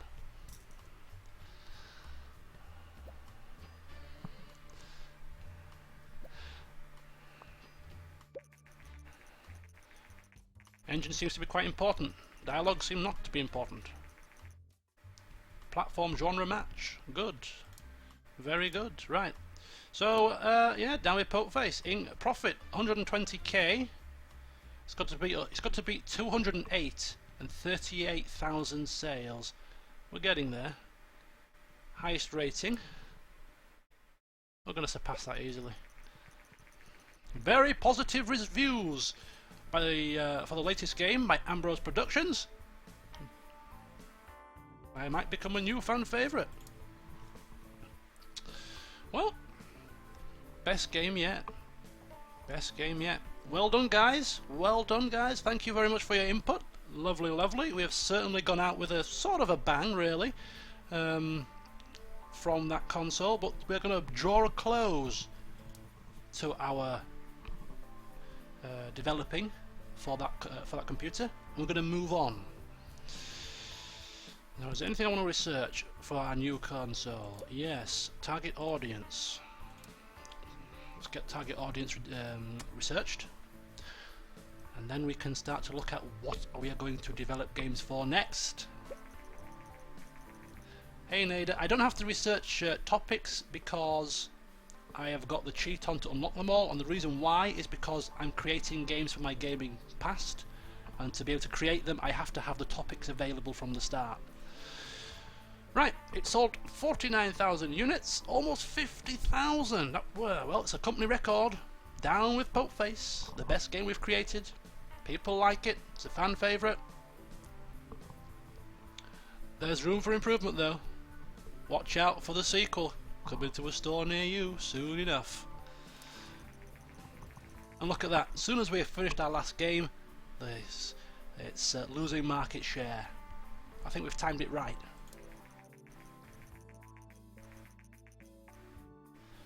Been unsuccessful in introducing higher priced computers to compete against newer and more advanced PCs. Right, let's check the market share. So the Nintendo Entertainment System is still out in front, but coming in a close second is now the Master System, the Sega Master System. We have research target audience. Good. Good, good, good. Goodity good, good, good, good. Excellent stuff. The Pope is not happy with this game. Okay, so that was the Amstrad CPC 464, my first computer. So now we go back to my gaming history.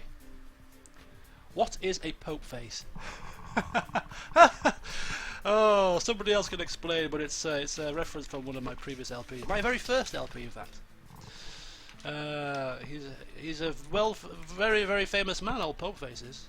Right, so we call a close to the Amstrad, and I move on to my next console. Now, of course, I had the Amstrad from the age of 5, 1988, Christmas. Mother bought it for me. Excellent, excellent. In about, I can't remember if it was 1990 or 1991. Hey JJ, welcome, welcome, welcome, welcome. I can't remember it. Oops, unpause. No. I can't remember if it was 1990 or 1991. That was when I got my Nintendo Entertainment System. That is the next console that I had. So we're going to be developing games for the Nintendo Entertainment System. I never had a Master System. So a bit about the console first of all, for those of you who are too young to remember it, but it was an 8-bit console. It was released in Europe in 1986, and it was a console. It had cartridges. You put a cartridge into the console, you had to press the cartridge down, click it into place, and then you could turn it on. And the beauty of this console was it didn't take 30 minutes to load a game. It was instantaneous. It was like an absolute miracle to those of us that was used to loading a game from a tape deck. It was a miracle. Games loaded in a flash. That was the beauty of it. Of course, it was easy to play the games with a control pad. And speaking of the cartridges, if the cartridges didn't work, you used to get a really strange green blinking screen. All you did, take the cartridge out, and you used to blow it. You used to blow on the cartridge where the pins were, put it back in, and without fail, the game would load. Sounds ridiculous, but it absolutely worked miracles. So that was the beauty of the cartridge. It was the best-selling console of its time, the Nintendo Entertainment System. It was also the console that introduced the concept of third-party developers producing and distributing titles for the platform, and it was named the #1 greatest console in history by IGN in 2009, and it was named #2 greatest console in history by PC Magazine. It was definitely a trendsetter. It was definitely an inspiration, and it was probably the reason why we're all playing consoles now. It was the first one, and it was a very, very big revelation. So that was the Nintendo Entertainment System. I don't have mine anymore, unfortunately. I think I gave it away to my nephew, which was rather foolish because I wish I had one now, because it's probably worth a decent amount of money. But anyway, that was that. So anyway, I got it in about 1990 or 1991, not quite so sure which, but I knew it was a couple of years after I got my Amstrad. So how did I come into possession of it? Well, my brother had a girlfriend who had a daughter. I went up to their house, which was near Knaresborough, and she had a Nintendo Entertainment System. I'd never even heard of it, never even seen one. I was still happy with my Amstrad, but because I like computers, of course, I was intrigued as to what this Nintendo thing was. So I sat down and she let me play it, and the first game, and the only game that she had, the first game that I played on the Nintendo was Super Mario Brothers. And my god, I must have played for 10 seconds before I was instantly addicted to the damn thing. I was in love with it. It hooked me in straight away. To the point where I would always be asking my mum, when can we go to see my brother? When can we go to see my brother? Not because I wanted to see my brother, but because I wanted to play the damn Nintendo. So that's when I got it. So for that Christmas, either Christmas 1990 or Christmas 91, my brother and his girlfriend bought me my Nintendo Entertainment System. So my second console that was bought for me for a Christmas present. Aren't I a lucky boy? So I must have been about 7, 8 years old, and my vivid memories of my time with my Nintendo involves tuning it into a TV, because the Amstrad had its own monitor. This Nintendo was a console. You had to plug it into a TV. You plugged it in, you had to tune the TV to get the picture, and you had to tune it accurately, otherwise the picture would be all fuzzy, and it was a new experience, but it was highly fun. And I remember being sat downstairs, bringing my TV, my portable TV, which must have been really tiny at the time, but weighed a ton, bring it downstairs and put it in the front room, because there was a fire in the front room. There was a gas fire in the front room, whereas upstairs I had nothing. We had no central heating back then. So I was sat down there, but if I did play upstairs, which had to happen more often than not, I was sat in my bedroom playing my Nintendo on my portable TV with a Cala gas bottle fire next to me, and I can still vividly remember the smell of the Calagas fire burning next to me as I sat on the floor playing the Nintendo. It was an absolutely marvelous, enjoyable memory. It's absolutely, you can't write it. It's just priceless, isn't it? It's just priceless history. But that was my vivid memory of the Nintendo, sat on the floor of my bedroom with a Calagas fire burning next to me, keeping warm in the winter whilst having a great time playing my new console. So that's a Nintendo. That's my history regarding the Nintendo. Of course, I played it for a few years before my next console. Won't tell you what the next console is just yet. But what did I play on the Nintendo? Well, the Nintendo, I played the following games, and again we'll see if we can recreate some of these and make them good. I'm not confident though after the last Amstrad Games, but we'll see. Arkanoid. I played, this is one of my personal favourites, Duck Hunt. With the Nintendo that I got for Christmas, it came with Duck Hunt and Mario Brothers on the same cartridge. 2 games and 1 cartridge. And why do I love Duck Hunt so much? Because Duck Hunt is the only computer game to this day that my mum has played with me. The game was a shooter game. You had a gun. The Nintendo came with a gun. You plugged it in, and in Duck Hunt the ducks would fly across the screen, and you had to shoot the ducks with this gun. My mum loved it, absolutely loved it. I loved it, and we'd have a competition. I'd have a go, and she'd have to beat my score, and she was bloody good.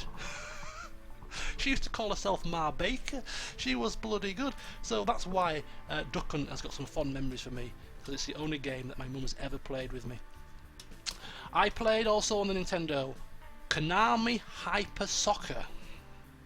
Might not mean a lot to you guys, Konami Hyper Soccer, but it should do. Konami, football game. This was the spiritual prequel to the International Superstar Soccer series and the Pro Evolution series. That was a very good game. A game called Kung Fu. Pro Wrestling. Super Mario Brothers, of course, that came with Duck Hunt. And then, this was the time of my life, around about 7 or 8 years old, when I started to become really interested in wrestling, and therefore I wanted every damn wrestling game going. So I played also WWF King of the Ring, WWF Wrestlemania, WWF Wrestlemania Challenge, and WWF Wrestlemania Steel Cage Challenge. I played all of the WWF games on the Nintendo. So these are the games that I can remember playing. Not a great deal, but back then I wasn't buying my own games. I was relying on people buying them for me for birthday presents and things, and these computer games were a little bit more expensive than the Amstrad games, and therefore my mum and stuff couldn't buy them as often for me, so I didn't play as many games on the Nintendo. But that would soon change in time. So that was the list of games that I played on my Nintendo. So, hope you've enjoyed that little bit of a story about my gaming history with the Nintendo. So, on with the second goal of this stream, which is to recreate some of those games. So the first game that I'm going to recreate is...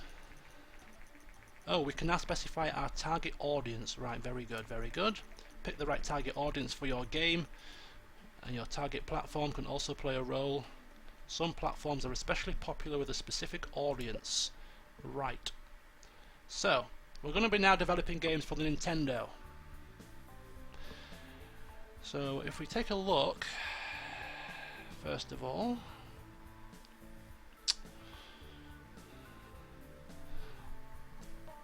at the topics. I'm trying to think which game to play, which games to create. I'm gonna go for Konami Hyper Soccer. As I said before, check these games out on Google, check them out on YouTube as we're going through the stream, get a bit of a feel for what they were like. You'll be quite surprised. So this is Konami Hyper Soccer. This is going to be on the Nintendo. It's going to be... Now the Nintendo, I think, was merely aimed at young people. I think because of the way it was, you know, easier to control, a lot of the older people were still content to play with their keyboards and very stuff. So I think it was a young-based thing. So I'm going to. I mean, it's a football game, though. We could target football games at everybody. I don't think it's really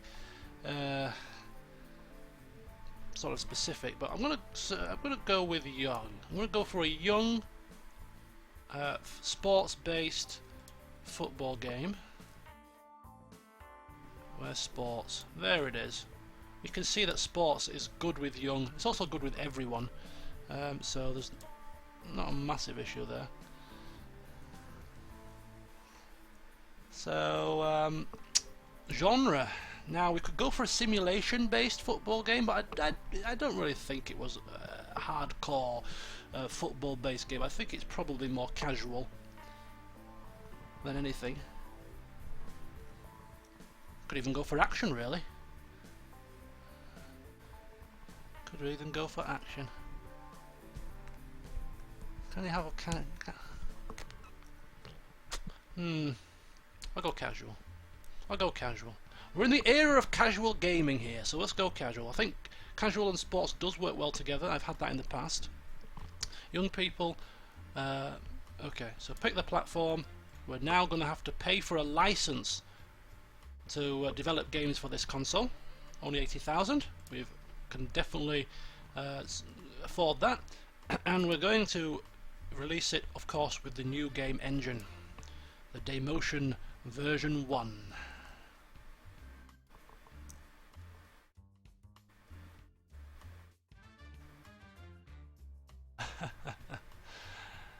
So Mount, that's a good point, but about naming the game slightly different, but it'll take more brain power to come up with a list of games.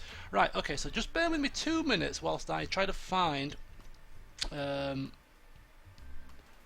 my list of Nintendo Entertainment System games, which I've got saved here, and then I can give you a quick rundown of the game that I have created. So Konami Hyper Soccer.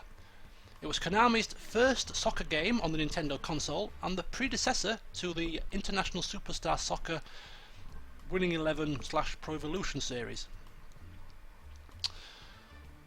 When was it released? 1992. So there was a single match option or a tournament. It was up to 2 players could play, and there were 24 playable nations.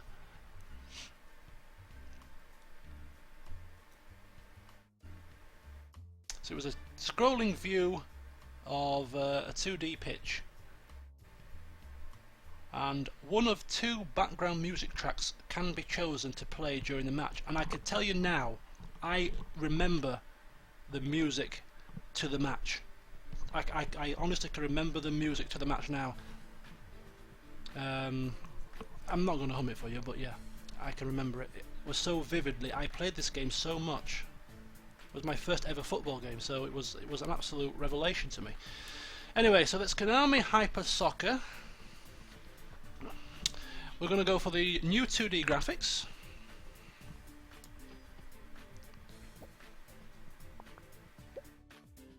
And here we go. Don't think we're going to need a game tutorial for a football game.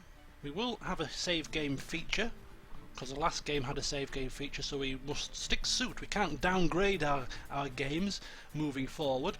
So let's get our thinking caps on. It's a sports game, so any story and quest in a sports game? No.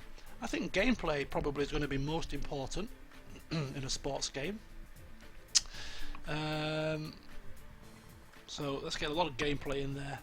Game engine, maybe even not game engine so much. I think it's all about the gameplay as a football game when looking at these 3 stats. So I'm going to take this right down and just hammer the gameplay. Hammer the gameplay, and same with the AI as well. I think AI has to be really important as well. So gameplay and AI are the 2 biggies here. Right, so we're aiming to beat 19 design and 15 technology. Right, dialogues? No. AI? Yes. Level design? I don't think there's any level design even, is there? Even that's really low. I mean, it's a football pitch. I'll go 15%. Zero doubts. It's all about the AI and the gameplay. It's gotta be. It's gotta be. Maybe a little bit more. 20%.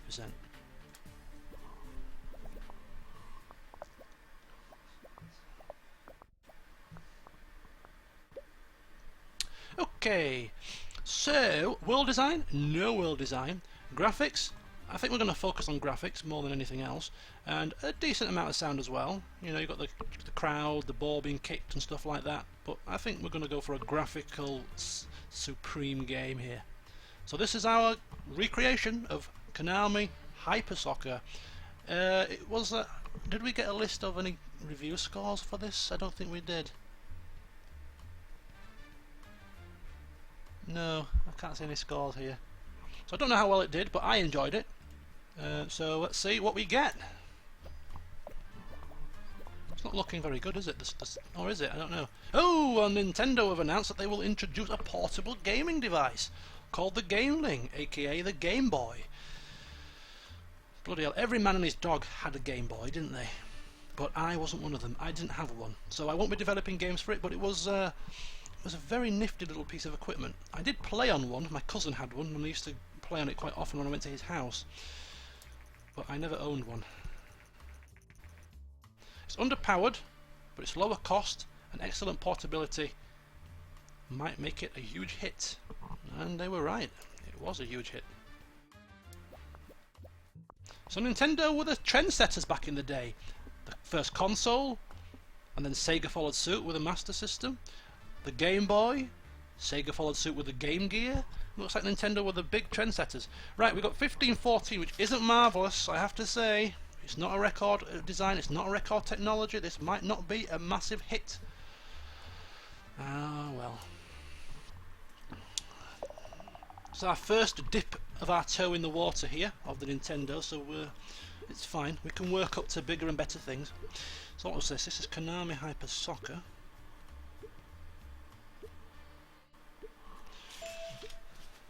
Okay, let's level up. Nice and quick.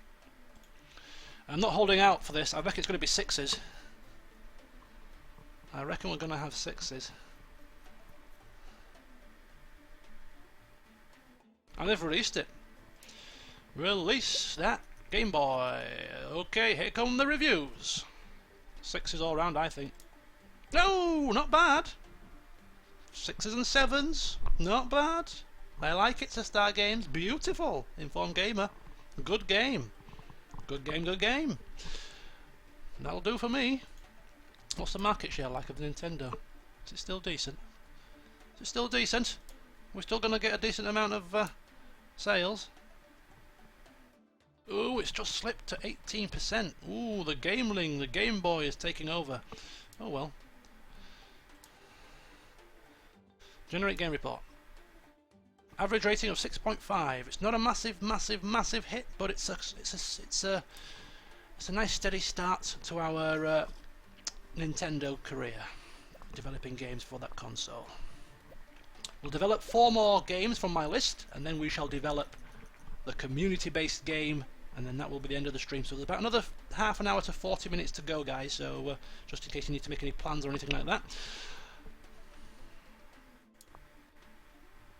Now, can we research anything else? No. Okay. We've done our game report. Excellent. So all that is left for us to do is to develop another game. Let's keep that development going. So, game number 8. Second game of our Nintendo career.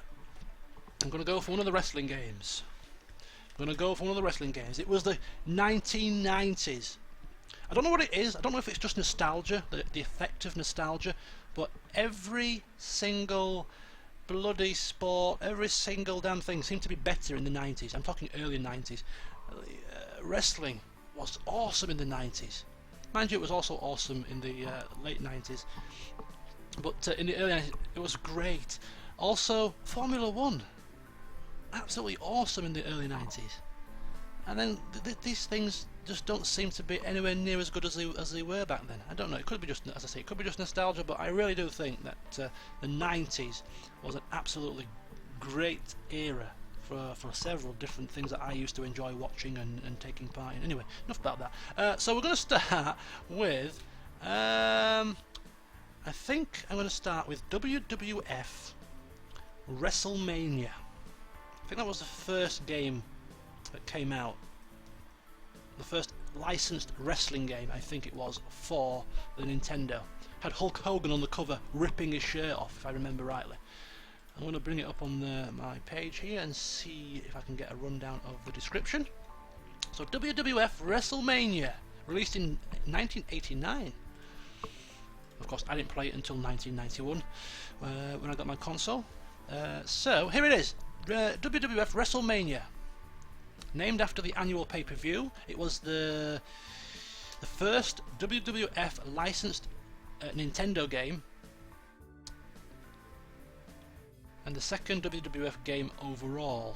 Okay, so the first game on the Nintendo.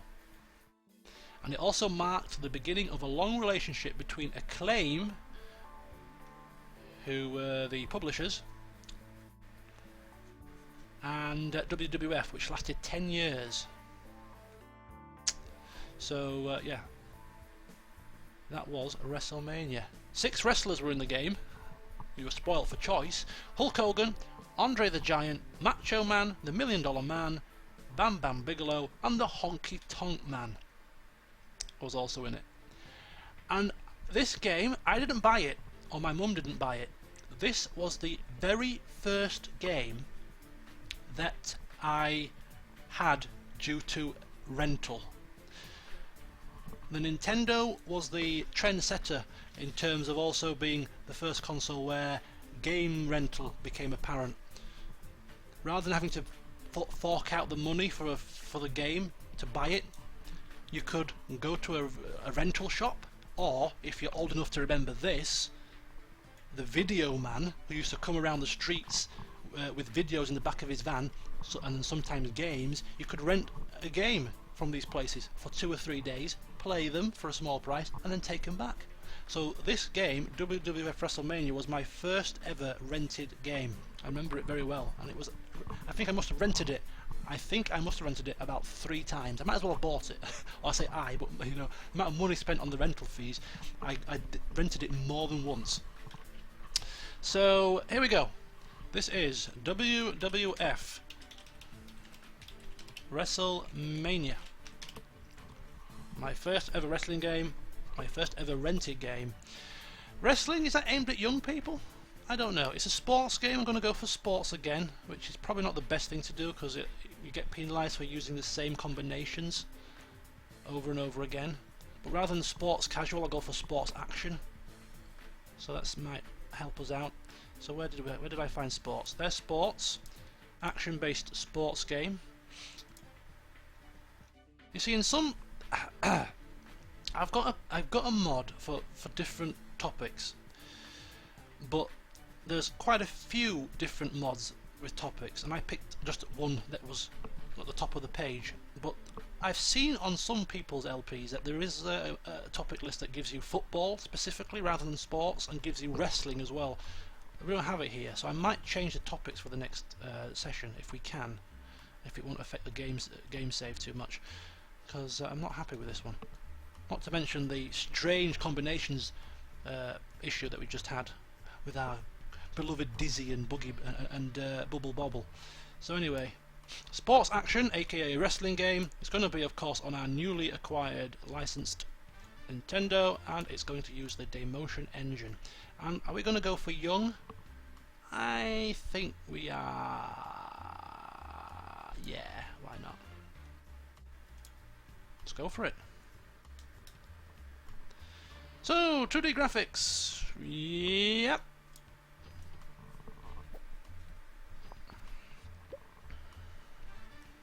Alright, so I can't remember what happened last time, but this is now an action-based sports game, slightly different from a casual-based sports game, but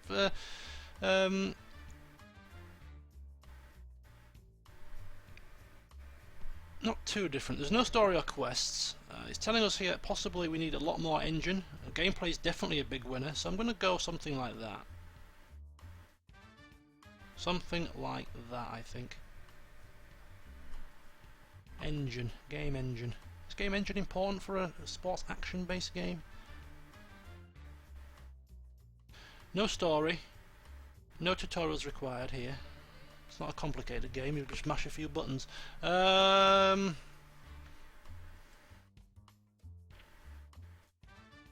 Let's just split them 50-50. If in doubt, split them 50-50. What's the worst that can happen? You can get a bloody crap review. Right, dialogues, there's no dialogues, certainly no dialogues. Level design, yeah, not really. A lot of artificial intelligence though, yeah. You've got a squared circle, a ring, that's all you've got. I mean, what's the design there? I'll go 35.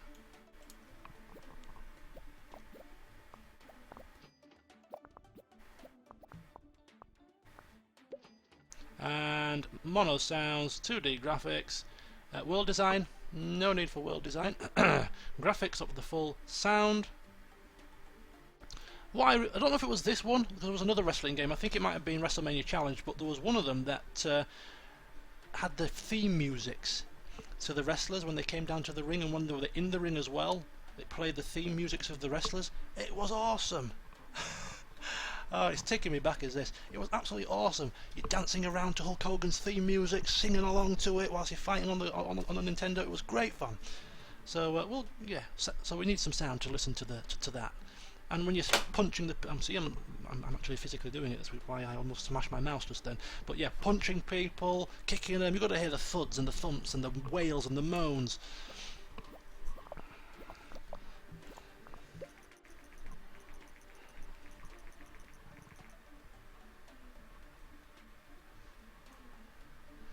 Okay, so magazines, gaming magazines are all the rage now.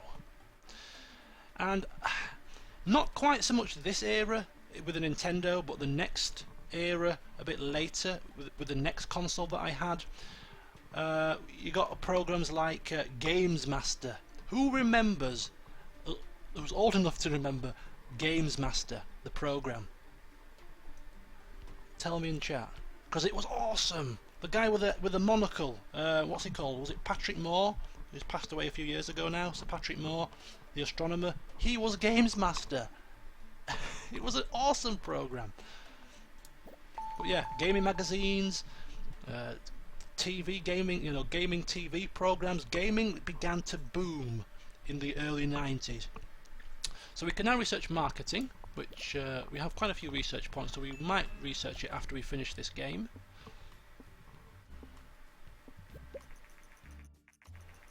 Okay, Konami Hypersocket is off the market. Sold 38,000 units, generating 272,000 in sales. Is that more than our beloved Down with Pope Face? I don't think so. We'll have to check that. We'll have to check it. 1718. It's not a record in terms of design, but it's a record in terms of technology, which might help push the review scores up a bit. Here we go, that's as good as we're going to get. WWF Wrestlemania. This is it, the 90s wrestling, and it's kids loving it at school, going to school. I always remember as well, going to school in the 90s and practicing wrestling moves against your friends, putting them in the sharpshooter, putting them in the figure 4 leg lock, hearing them scream. Like you did, big splashes off the settee, landing on people. It all happened back in the 90s. Better user experience, we can research that and put it into our next game engine, which will be the Damo2986 version 2, which we will release at the end of our Nintendo career for the start of our new console, and for the final game that we create for this, of course, the community game. Better user experience, right, very good. So let's go to research that whilst we're waiting for the reviews to come in.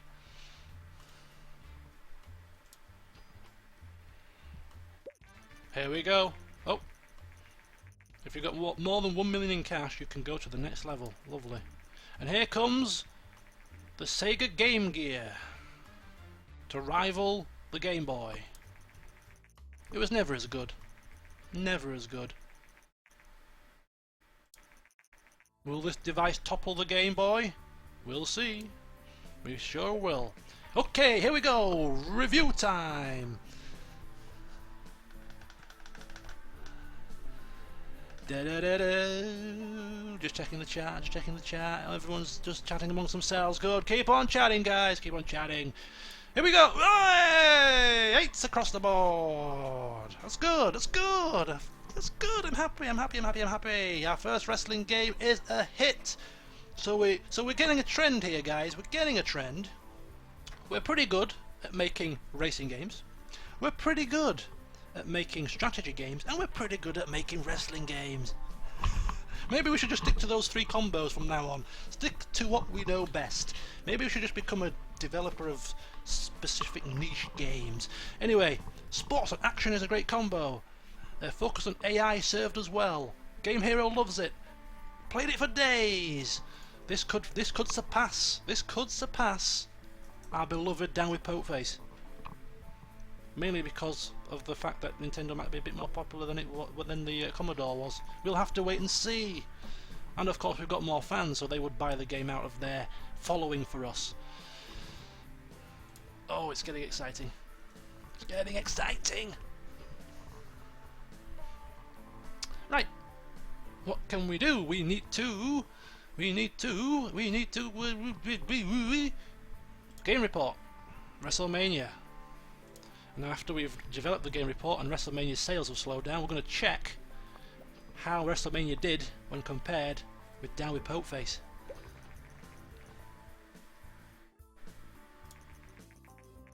Oh!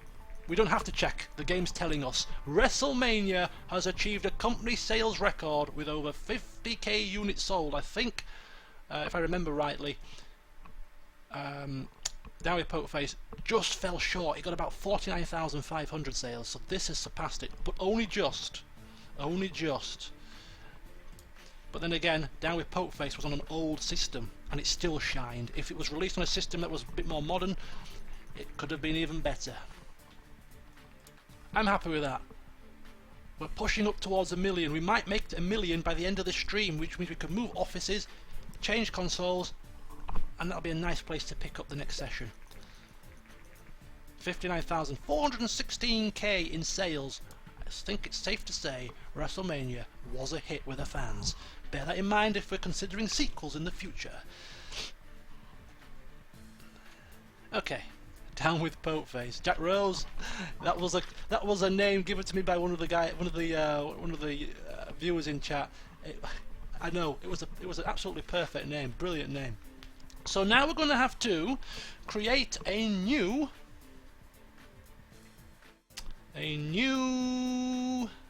game. I've got one. We're going to recreate a franchise here. We're going to recreate a trademark name. Do we dare to step upon such hallowed ground? Of course we do. We're Ambrose Productions. Right. Super Mario Brothers. We all know Super Mario Brothers. You don't even have to be born in the era to not know Super Mario Brothers. Everyone knows it. But I'm talking about the original, the best, the one that came with Duck Hunt, the first game I ever played on the Nintendo, Super Mario Brothers. We're going to recreate it and we're going to make it a showstopper, I'm hoping. So let's press on. Come on, let's get these games coming quick and quick and fast here. We want money. We want money. We want people to follow us. We want it all. We can't mess this up, says Nicholas. We cannot mess up such a hallowed name. Super Mario. It's like, Sonic the Hedgehog, Super Mario Brothers. It's like screwing up Grand Theft Auto. You just don't do it. If you're going to recreate something like this, something this big, you have to get it right. Otherwise, you are screwed. Right. So let's get our thinking caps on and let's go for Super Mario Brothers. Aim towards the younger end of the market. We're going to make it, we could make it either action or casual. Could make it action or casual.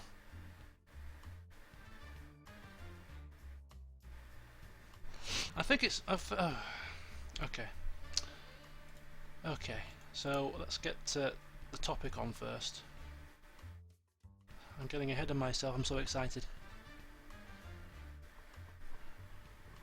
So, okay, Okay, people are wanting to see some twists to the names. That's the second person that's asked. I think we can do that.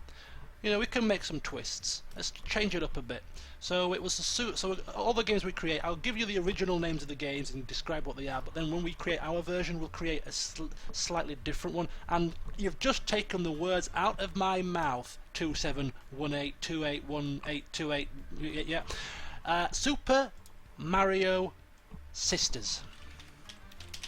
They weren't brothers, they were sisters. Two sisters that loved pizza and whatever else I don't know. But yeah, Super Mario Sisters. So young, I think casual maybe, but what? Let's pick the topic first, because certain topics work well with certain things. So I've got a topic in mind already pre-picked. I've pre-picked these to save me from trawling through and thinking too much on the stream. And there is one called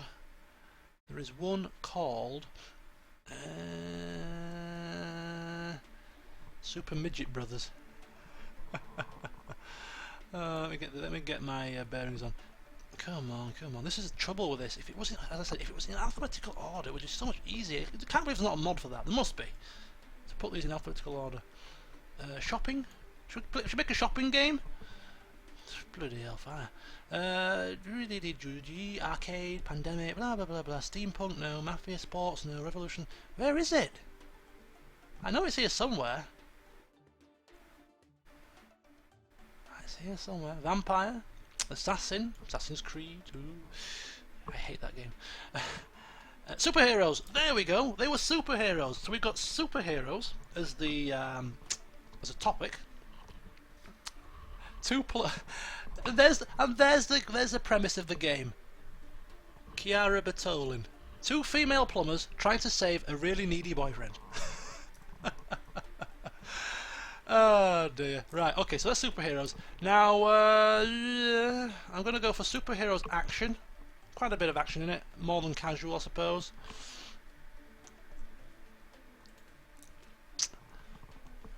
Don't know if action games work very well on the system, though.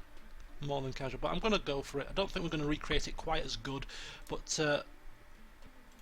Nintendo Daymotion Engine Volume 1, let us progress with Super Mario Sisters. Swing out sisters, remember that?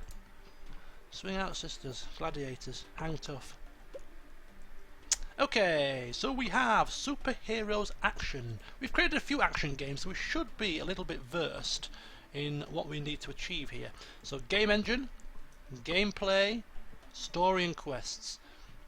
I'm going to take it a bit down for the gameplay and swap in a bit of extra story and quest. There was a little bit of a story to the game, to Mario Brothers. And we're going to now put in the, well, I don't know if we should, you see, because it's not a very story-heavy affair. We should maybe put story and quest. You know what? Forget it. Just throw it in. We're going to have a little bit of story and quest to it. You've got to save the princess. So that's the story. Not much, but it's a linear-based story. Okay, we're going to use a new game feature. We want this to succeed. So that's our balance for development stage 1.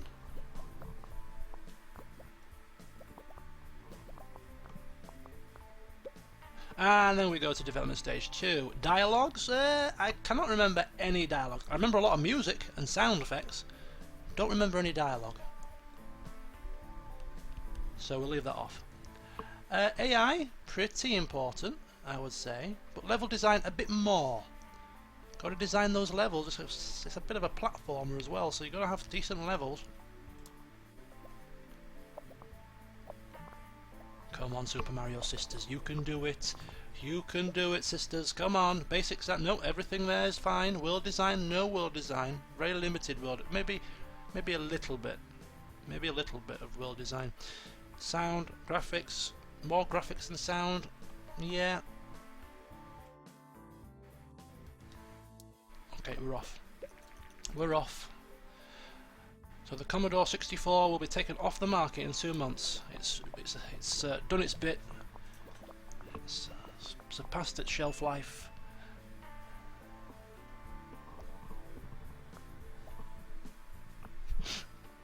Level design to the max. I'm a bit past that bit. So we got 1522, which is... Oh, file for bankruptcy. Oh dear. Oh well. You were good while you lasted.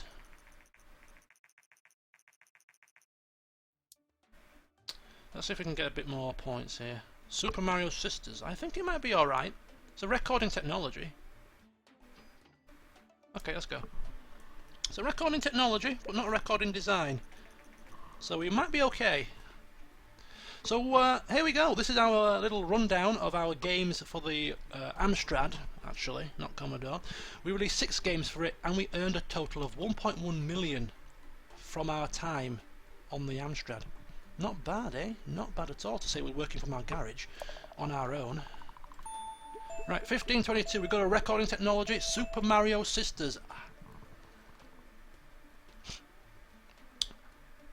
Yeah, you can argue that it could have been a platformer, Yo-Yo Matt. I mean, a lot of topics can fit a game, it can fit more than one topic. The reason why I didn't use platformer is because I have had trouble with platformer in a previous build, with it being a custom topic. So, didn't want to risk screwing this up. Big franchise and all that. So let's go and see what happens. Right, level editor. Wow, let's get that researched, as well as doing a game report. And we still need to research marketing. Okay, it's 40 RP. We've got plenty of RP, plenty of money, so we'll get that done next as well. There we go. Super Mario Sisters. Somebody's predicting 7.5. I'm predicting. Don't forget we've got the new level feature in there. Linear story. I'm gonna go for 7.5. Well, yeah, 7.5 sounds about right. Whoa! Yes! Super Mario Sisters. Who would have thought it? Who would have thought it? Super Mario Sisters saving a needy boyfriend will be such a bloody hit. We've done it. We've got our first Smash Hit game. I can't believe it. Oh, that's good. That is good. Wow. Love it. Watch the fans go wild in the aisles. Wow. Thanks very much. You've made quite a name for yourself and saved up a lot of capital. If you want to grow the company further, then moving into a new office is the next step. We could move into a new office, but I'm not quite ready yet. So it will ask us again in about 6 months' time, but I don't want to move to the next office until we start the next session. So we're just going to hold off and watch the money roll in with our new bestseller, Super Mario Sisters. 9.75 rating. I mean, how can we surpass that? We simply can't. I think we should end the session here, to be honest with you. I mean, we're not going to beat that, are we? Wow. An important milestone. 100k units sold in the first week! In the first week!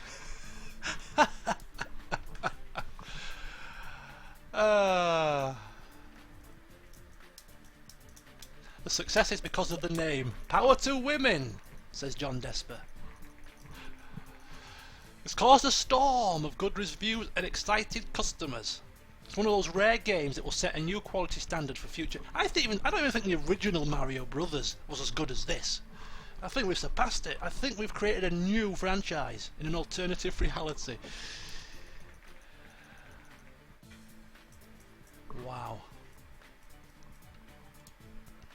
So yeah, look at that. We're just look at that. Rank 1. It's a number 1 ranked game. Money's flying in. I mean, if this was real life, you'd be almost like you could just picture yourself swimming in the money and the fame and going to these conventions and yes, how look, Ambrose Productions. How many people worked on this epic game? And you just sit there, just me in my garage. It was just me. Started from humble beginnings, and yes, I am the one that created the abominable Dizzy and Bobble, but they are now nothing but a thing of the past. because we will be remembered fondly for this epic classic, Super Mario Sisters, and our money is still increasing. Oh man. Wow, and it's gone off the market. It sold a massive 446,000 units. 3 million in sales. Wow. Wow, wow, wow. Right, I think we need a bit of a cool down after that. We're on fire. So we're going to research marketing. And I'm going to have to consider, should I make one more game on the Nintendo and then go for the community game, or I think we should. So we research marketing. You can now access marketing options while the game is in development, so we can start pushing our games, sending out magazine flyers or whatever, advertising to try and boost up sales figures. But we don't want to use that just yet. So, wow, 4K fans, yeah, 4K fans. We've really shot up now. We're on people's radars. Ambrose Productions is one of those big names now that people are going to stand up and listen to. So we've got to create something now that lives up to the previous game. It's probably not going to be anywhere near as good, but let's have a look. Right, okay. I've got another one. This is the last game I'm going to create off my list. The next game off my list, or the next game we create, will be the community game. I'm going to go for Kung Fu. Something different.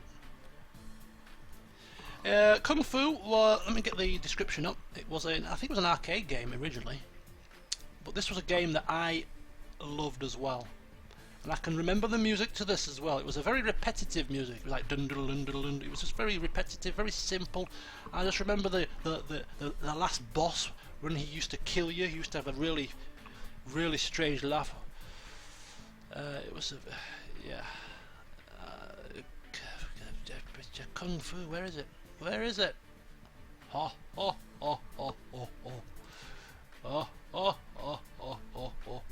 That was how he laughed. It was like, but I could remember it so vividly because I played this game so much. It was called Kung Fu, and I went to the shop with my mum to buy this, and I picked this. And I had a whole plethora of games to pick, and I chose this. I don't know why, but I chose this, and I don't regret it. It was a good game.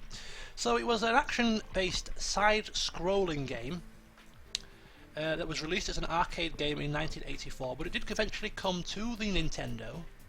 We control Thomas, a Kung Fu master who fights his way through 5 levels of the Devil's Temple to save his girlfriend Sylvia from Mr. X, the last boss. And it was a highly enjoyable game. Highly enjoyable. The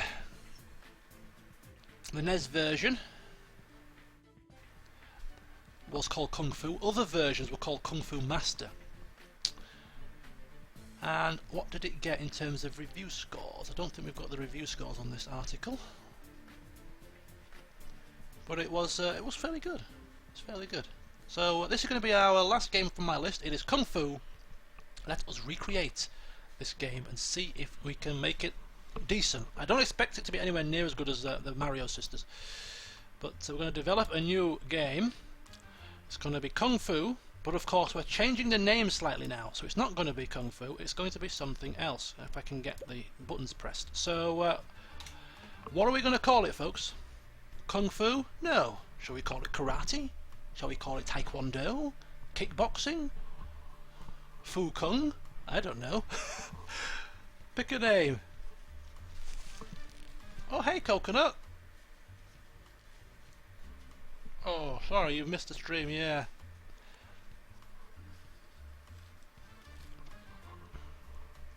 So it's not going to be Kung Fu.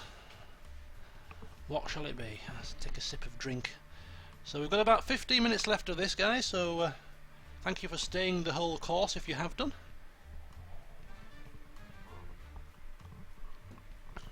Stung you, Kung Fu.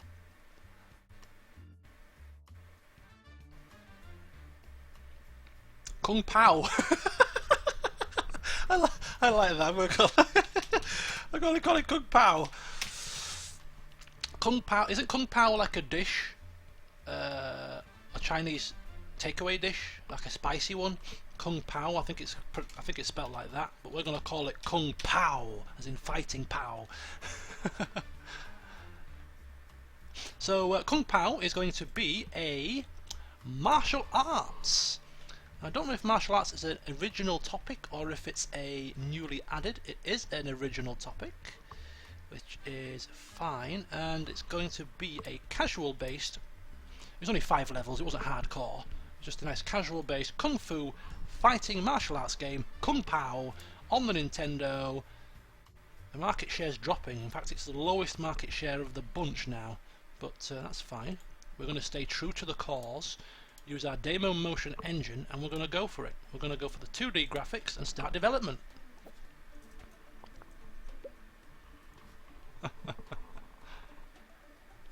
Was that a Kung Fu movie? Oh right, I didn't know it was a Kung Fu movie. Kung Pao.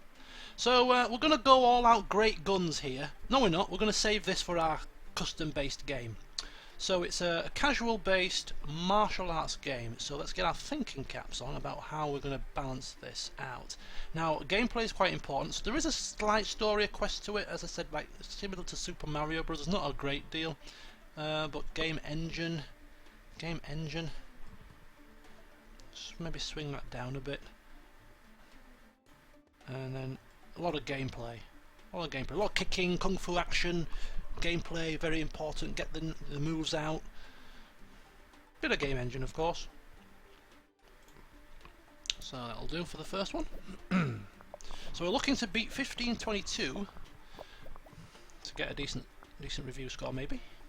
Dialogues, there was a little bit of dialogue, as I said. There was. That was about as much as you get, so that's probably about 2%, isn't it? Some last boss laughing. He laughed if you died, and I think he laughed when you reached him on the final level. So yeah, we're gonna go for a tiny bit of dialogue. Okay, maybe 10%, because it was a good laugh, a memorable laugh. I'll give him 10% for his laugh. Right, level design. It's a side-scrolling. There's not many levels, maybe 5 levels or so. Side-scrolling. Yeah, nothing too out there. But AI, yeah, good AI in a fighting game is always welcome. Kung Pao. Kung Pao. Right, world design, well there's limited world design, I'll go 5%. Graphics, we're going to go for graphics. But there was a decent amount of sound as well, it was good sound.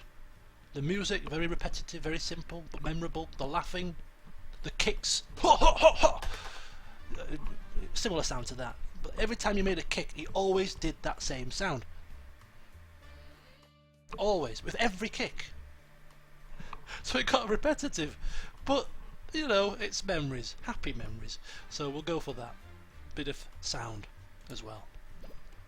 So that's it. Kung Pao. Have you heard the laugh? Nicholas has YouTubed the Kung Fu, and he's found it on YouTube, and he's heard the laugh.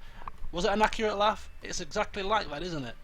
And the music as well. Dun dun dun dun dun dun dun dun dun. Ho ho ho! That's an exact demonstration of exactly what the game sounded like. Right, Sega have announced that they will release a new gaming console, the Sega Oasis, or to us in the UK, the Sega Mega Drive. This is the Sega Mega Drive, or the Sega Genesis. But yeah, it was called a Mega Drive over here. It's a new start, a new generation of gaming consoles, 16-bit, no longer this 8-bit nonsense, 16 bits, twice the power. Oh, and they're going to target more mature audiences. The Nintendo, a bit more kid-friendly, they're going to take it up a notch and go a bit more serious. Yeah, Nicholas is entertaining me. It sounded exactly like that. I know, I've got a good memory. Good impressions. Right, so 1917, 19 is a joint record of design. Can we get one more design point? Come on, get us a design record. Come on, 2017, I'll take it. I'll take it for Kung Pao. Ah, damn it. 1917. Well, we're trying something. Oh, it's a new record. It is a new record. It's a joint record, isn't it? It's a tied record with Dan with Pokeface. Now, this is not going to be so good. It's going to be about a 7, I think. Whoa, when we look at just in time for our final game. We've got a new game engine possible here.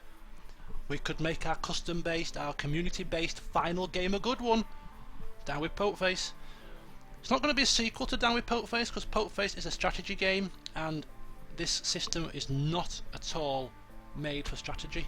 So we're going to have to wait for a sequel for Down with Pokeface. So we can make another game. Oh, move into a new office. Well, we can move into a new office now, but we don't have to hire any new staff. So we'll move into the office while we've got the money, but we're not going to hire any staff just yet. We're just going to finish off this stream here with with our last community-based game.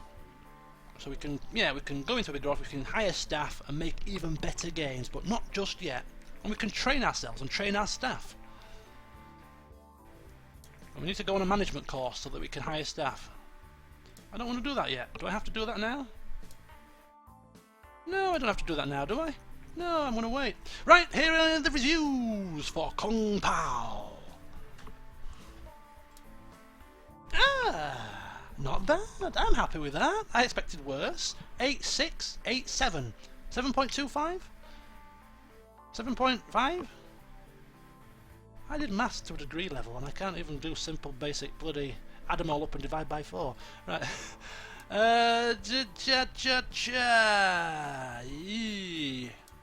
Come on, come on. Generate game report. I'm too quick. I'm too quick clicking these buttons. Right, let's research. Why can't we do research? I think it wants us to do this training. I think it wants us to do the training. Or does it? Am I clicking the wrong thing? I have to click on my person. There we go. Generate game report. 7.25. I was right first time. Kung Pao.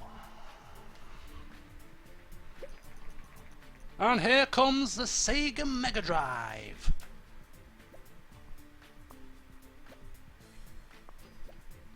Kung Pao selling well. I'm happy with that. Right, research. We need 2D graphics version 3 and then 3D graphics as well. Oh, we don't have enough research points. Oh, that's going to be a bummer. Right, 3D graphics first then, and then we might have to do another game before we do our new game engine, which is a bit of a bummer, but we can use 3D graphics. Who needs it? Volume version 2 of 2D graphics. Right, let's just do the staff management course, just because it'll get it off the list of things to do.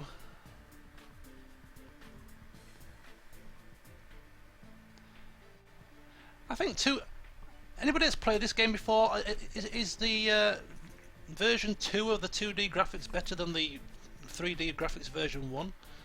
It's more money and more research points, so that would indicate that it should be better.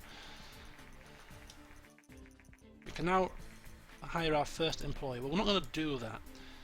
We're researching. Yeah, 2D graphics version 3. That's a lot of money as well. Wow. RP points. We need RP points. If we take a contract, if we do a contract, we might get some points. That's easy enough. So we're going to try to do some sprite sheet softwares. Go for 3D. So maybe we don't even need this. Maybe we don't even need that 2D nonsense. 2D sucks. So you get a little bit of coin and a little bit of research points for doing the contract.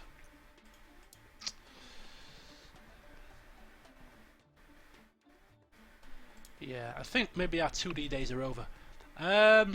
Research. We're going to forego that for now, and we're going to create a new game engine. Can we do that? Yes, we can. We've got 3D graphics to put in there. We've got a better user experience to put in there, a level editor to put in there. It's not bad.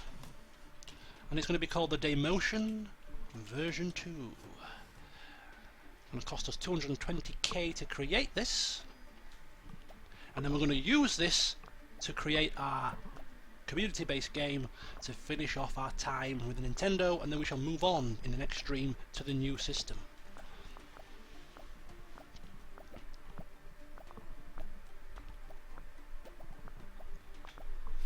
So guys, get thinking. Community game. What's going to be our next game that we create? Bearing in mind it's on the Nintendo. The Nintendo is better for little kids. It's better for casual games. So bear that in mind when creating your potential candidates. No strategies, no RPGs. Just nice simple game. Somebody suggested a simple game earlier, but it was a text-based shopping game.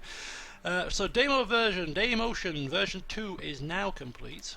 We are ready to create our final game for the Nintendo Entertainment System. I don't think it'll ever be living up to the standard of Super Mario Sisters, but we can only try. Metal Gear, that will soon come, Nicholas, that will soon come. It will soon come. Soonish, anyway. So yes, come on. Last game of the stream, last game of the Nintendo system. It's our game. What shall we create? Something that's child-friendly would help. Caters to the young ones. A young-based game. Maybe something... I don't know.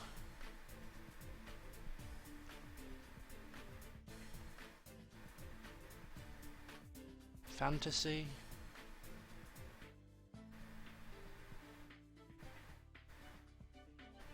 Maybe we could... a racing game, maybe? I don't know.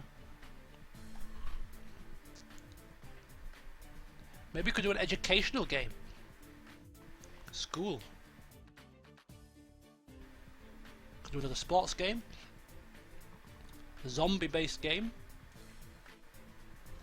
Wheel of Torture. Superman Returns. Sci-fi superhero game. Toby the Hugger.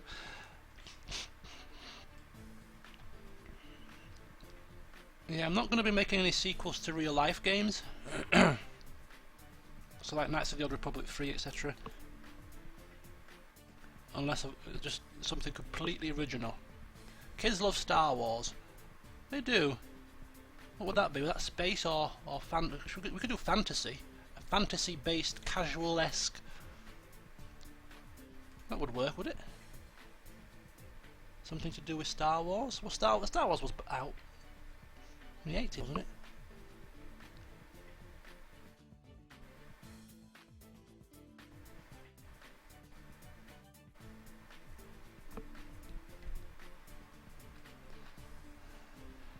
I vote for that. What we're voting for? Toby the Hugger? Toby the Hugger? What could that game be? A physics puzzle game? Big B's Adventure? Formula 1 math? Right, who's a superhero game starring Johnny Five? Yeah, that would work. That would work. It's the same formula as a Super Mario, so it's a tried and tested formula. We could do that. Something. Johnny Five's Tales. Yeah, it's going to be something to do with Johnny Five. I think it's been called. Right. We can't do strategy because it doesn't fit with the system. So it needs to be action, casual, something that is easy to play with a control pad. So we could do superhero action again. Fantasy, does that fit Johnny Five? I don't think so. Fantasy action?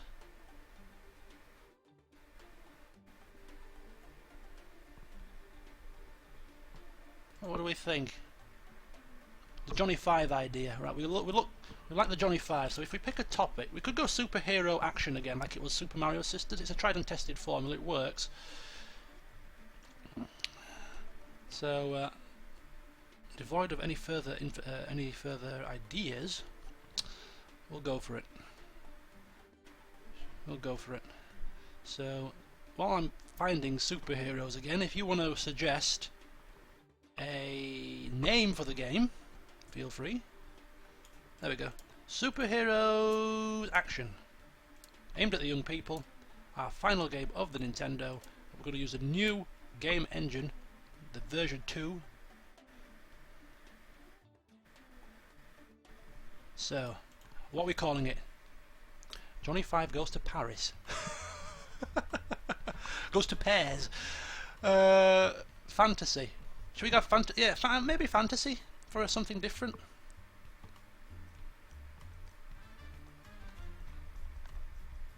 Is there a fantasy here? I think there is a fantasy option.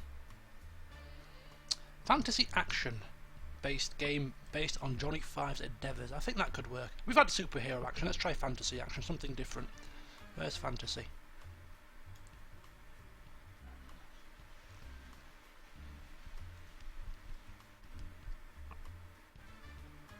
It's in here somewhere, it's an original topic. Get suggesting names while I'm looking. Fantasy. Am I blind? There it is. So a fantasy action-based game based on Johnny Five for the young. What are we going to call it? Johnny Five takes Vegas. Johnny Five: The Dark Knight. Johnny Five Begins. Johnny Five Begins. Johnny takes London. Johnny Five the Fiveinator. Johnny Five goes to space. I'm not seeing it. Johnny Five Rises. Naming it after modern day film titles, obviously here. Jimmy Seven and slightly different names. Johnny Five Dark Knight. Johnny Five the Dark Knight. The Tin Man. Johnny Five. I found it. Johnny Five. The Reboot. Although that would be a good name for a sequel if this is a success. I might save that for a sequel. Rock of Leon. It's a good name, but it could be a sequel. I'm saving that for a sequel. That's a good name for a sequel.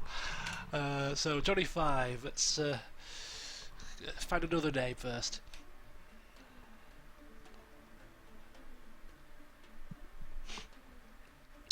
We've got Revengeance, Johnny Five Princess Saver.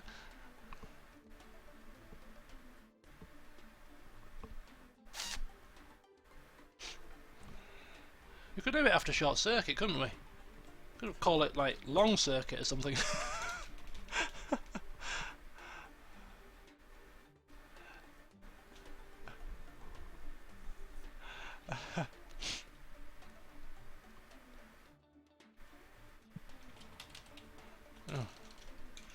Okay, we've got to think of something here. Between all of us, we're struggling.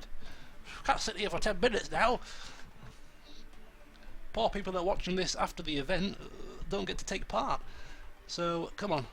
1 minute to go, and I'm going to just pick a random name. Nothing's jumping out at me. I like the reboot idea, but that would be a good sequel. But then if this game is a flop, we might not even have a sequel, so...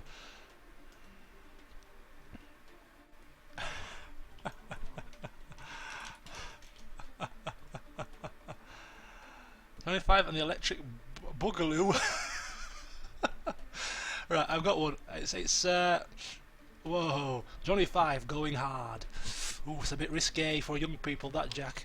Bit risque. Right, we're gonna go for it. Who was it? It was Hyper 2K, I think it was.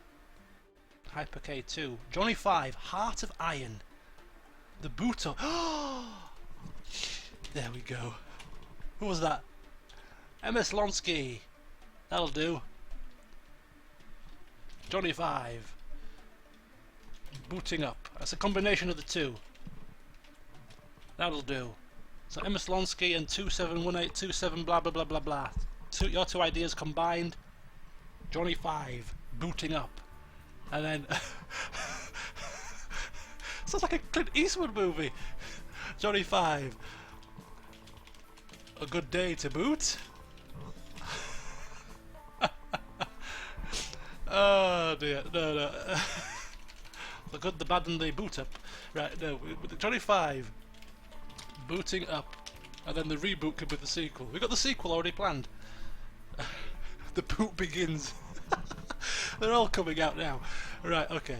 We're going to go for it. Johnny Five, Booting Up, fantasy-based action, young people. It's based on Johnny Five's escapades. What's the premise? What's it about? You know, the Pope Face business, we knew exactly what that was about. What's Johnny 5 booting up about? It's an old console. I'm not going to go to 3D graphics version 1 for this one. I'm going to do that for the new console. I'll stick with the version 2, but we'll put in some of the other features to boost up the performance. Booting up the other foot. Okay, so we've got linear story.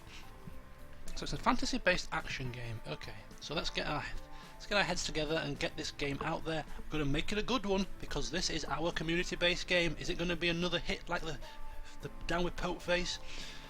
I'm going to make it game engine. Very good game engine.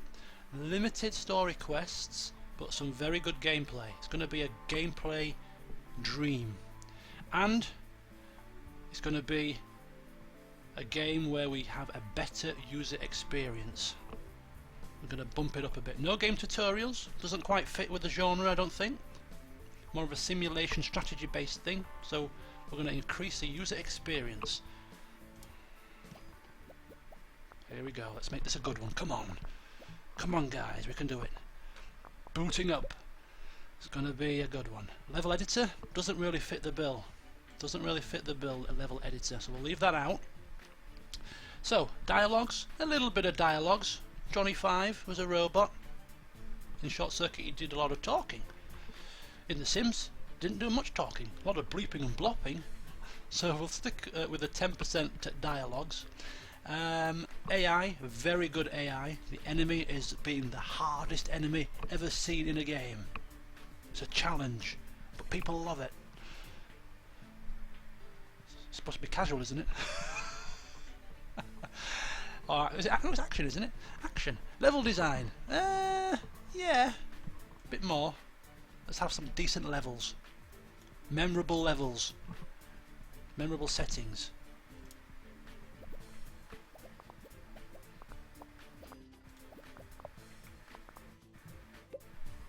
And good graphics to finish off with.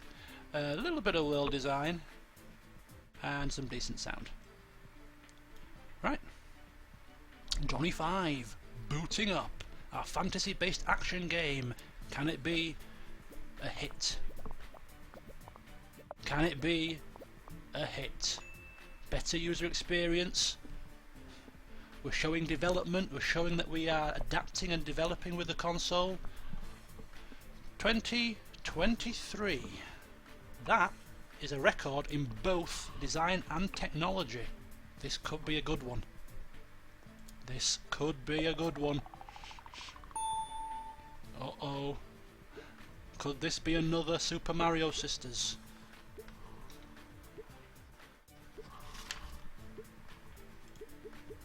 Okay. This is it.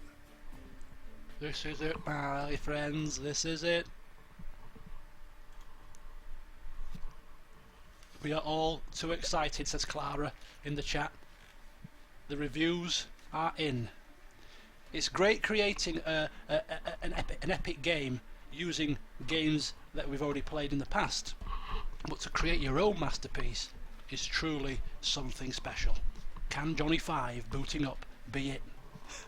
The estimations and the predictions are coming through. Hyper K2 says 9, John Desper 8.5, 10.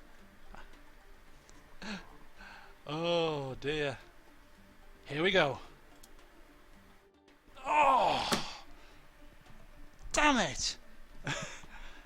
Damn it! Anticlimactic.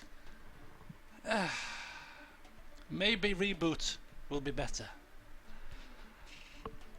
Average of 7. I suppose it's because we've just come off the back of a big superstar game that, you know, 7's respectable. It's not to be snuffed at. It's going to turn a profit. So let's get the sales figures for booting up. And here comes the successor to the Nintendo. Super Nintendo.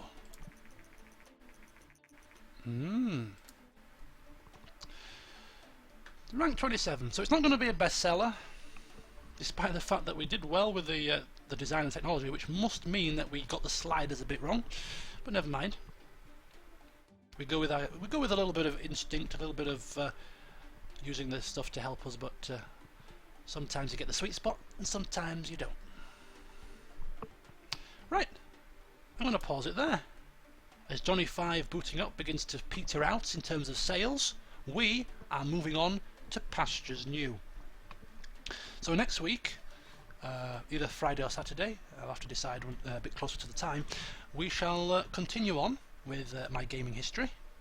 Same sort of format. I'll take you through my next 2 consoles, give you a bit of a story about my acquisition of them and my experiences with them, take you through what games I played on them, recreate them, and do the same again. The next console that I got after the Nintendo was the Sega Mega Drive, or to be more precise, the Sega Mega Drive 2. So that is when we will start the next session. We'll start developing games for the Mega Drive. Thank you all for watching. Thank you all very much for taking part, and I hope you enjoyed this slightly different style of stream. I know it's a lot of talking from me, but that's the nature of the beast. But I hope you enjoyed some of the stories and some of my histories regarding my gaming history, and I'll see you next time as we continue on with the Mega Drive era. See you soon.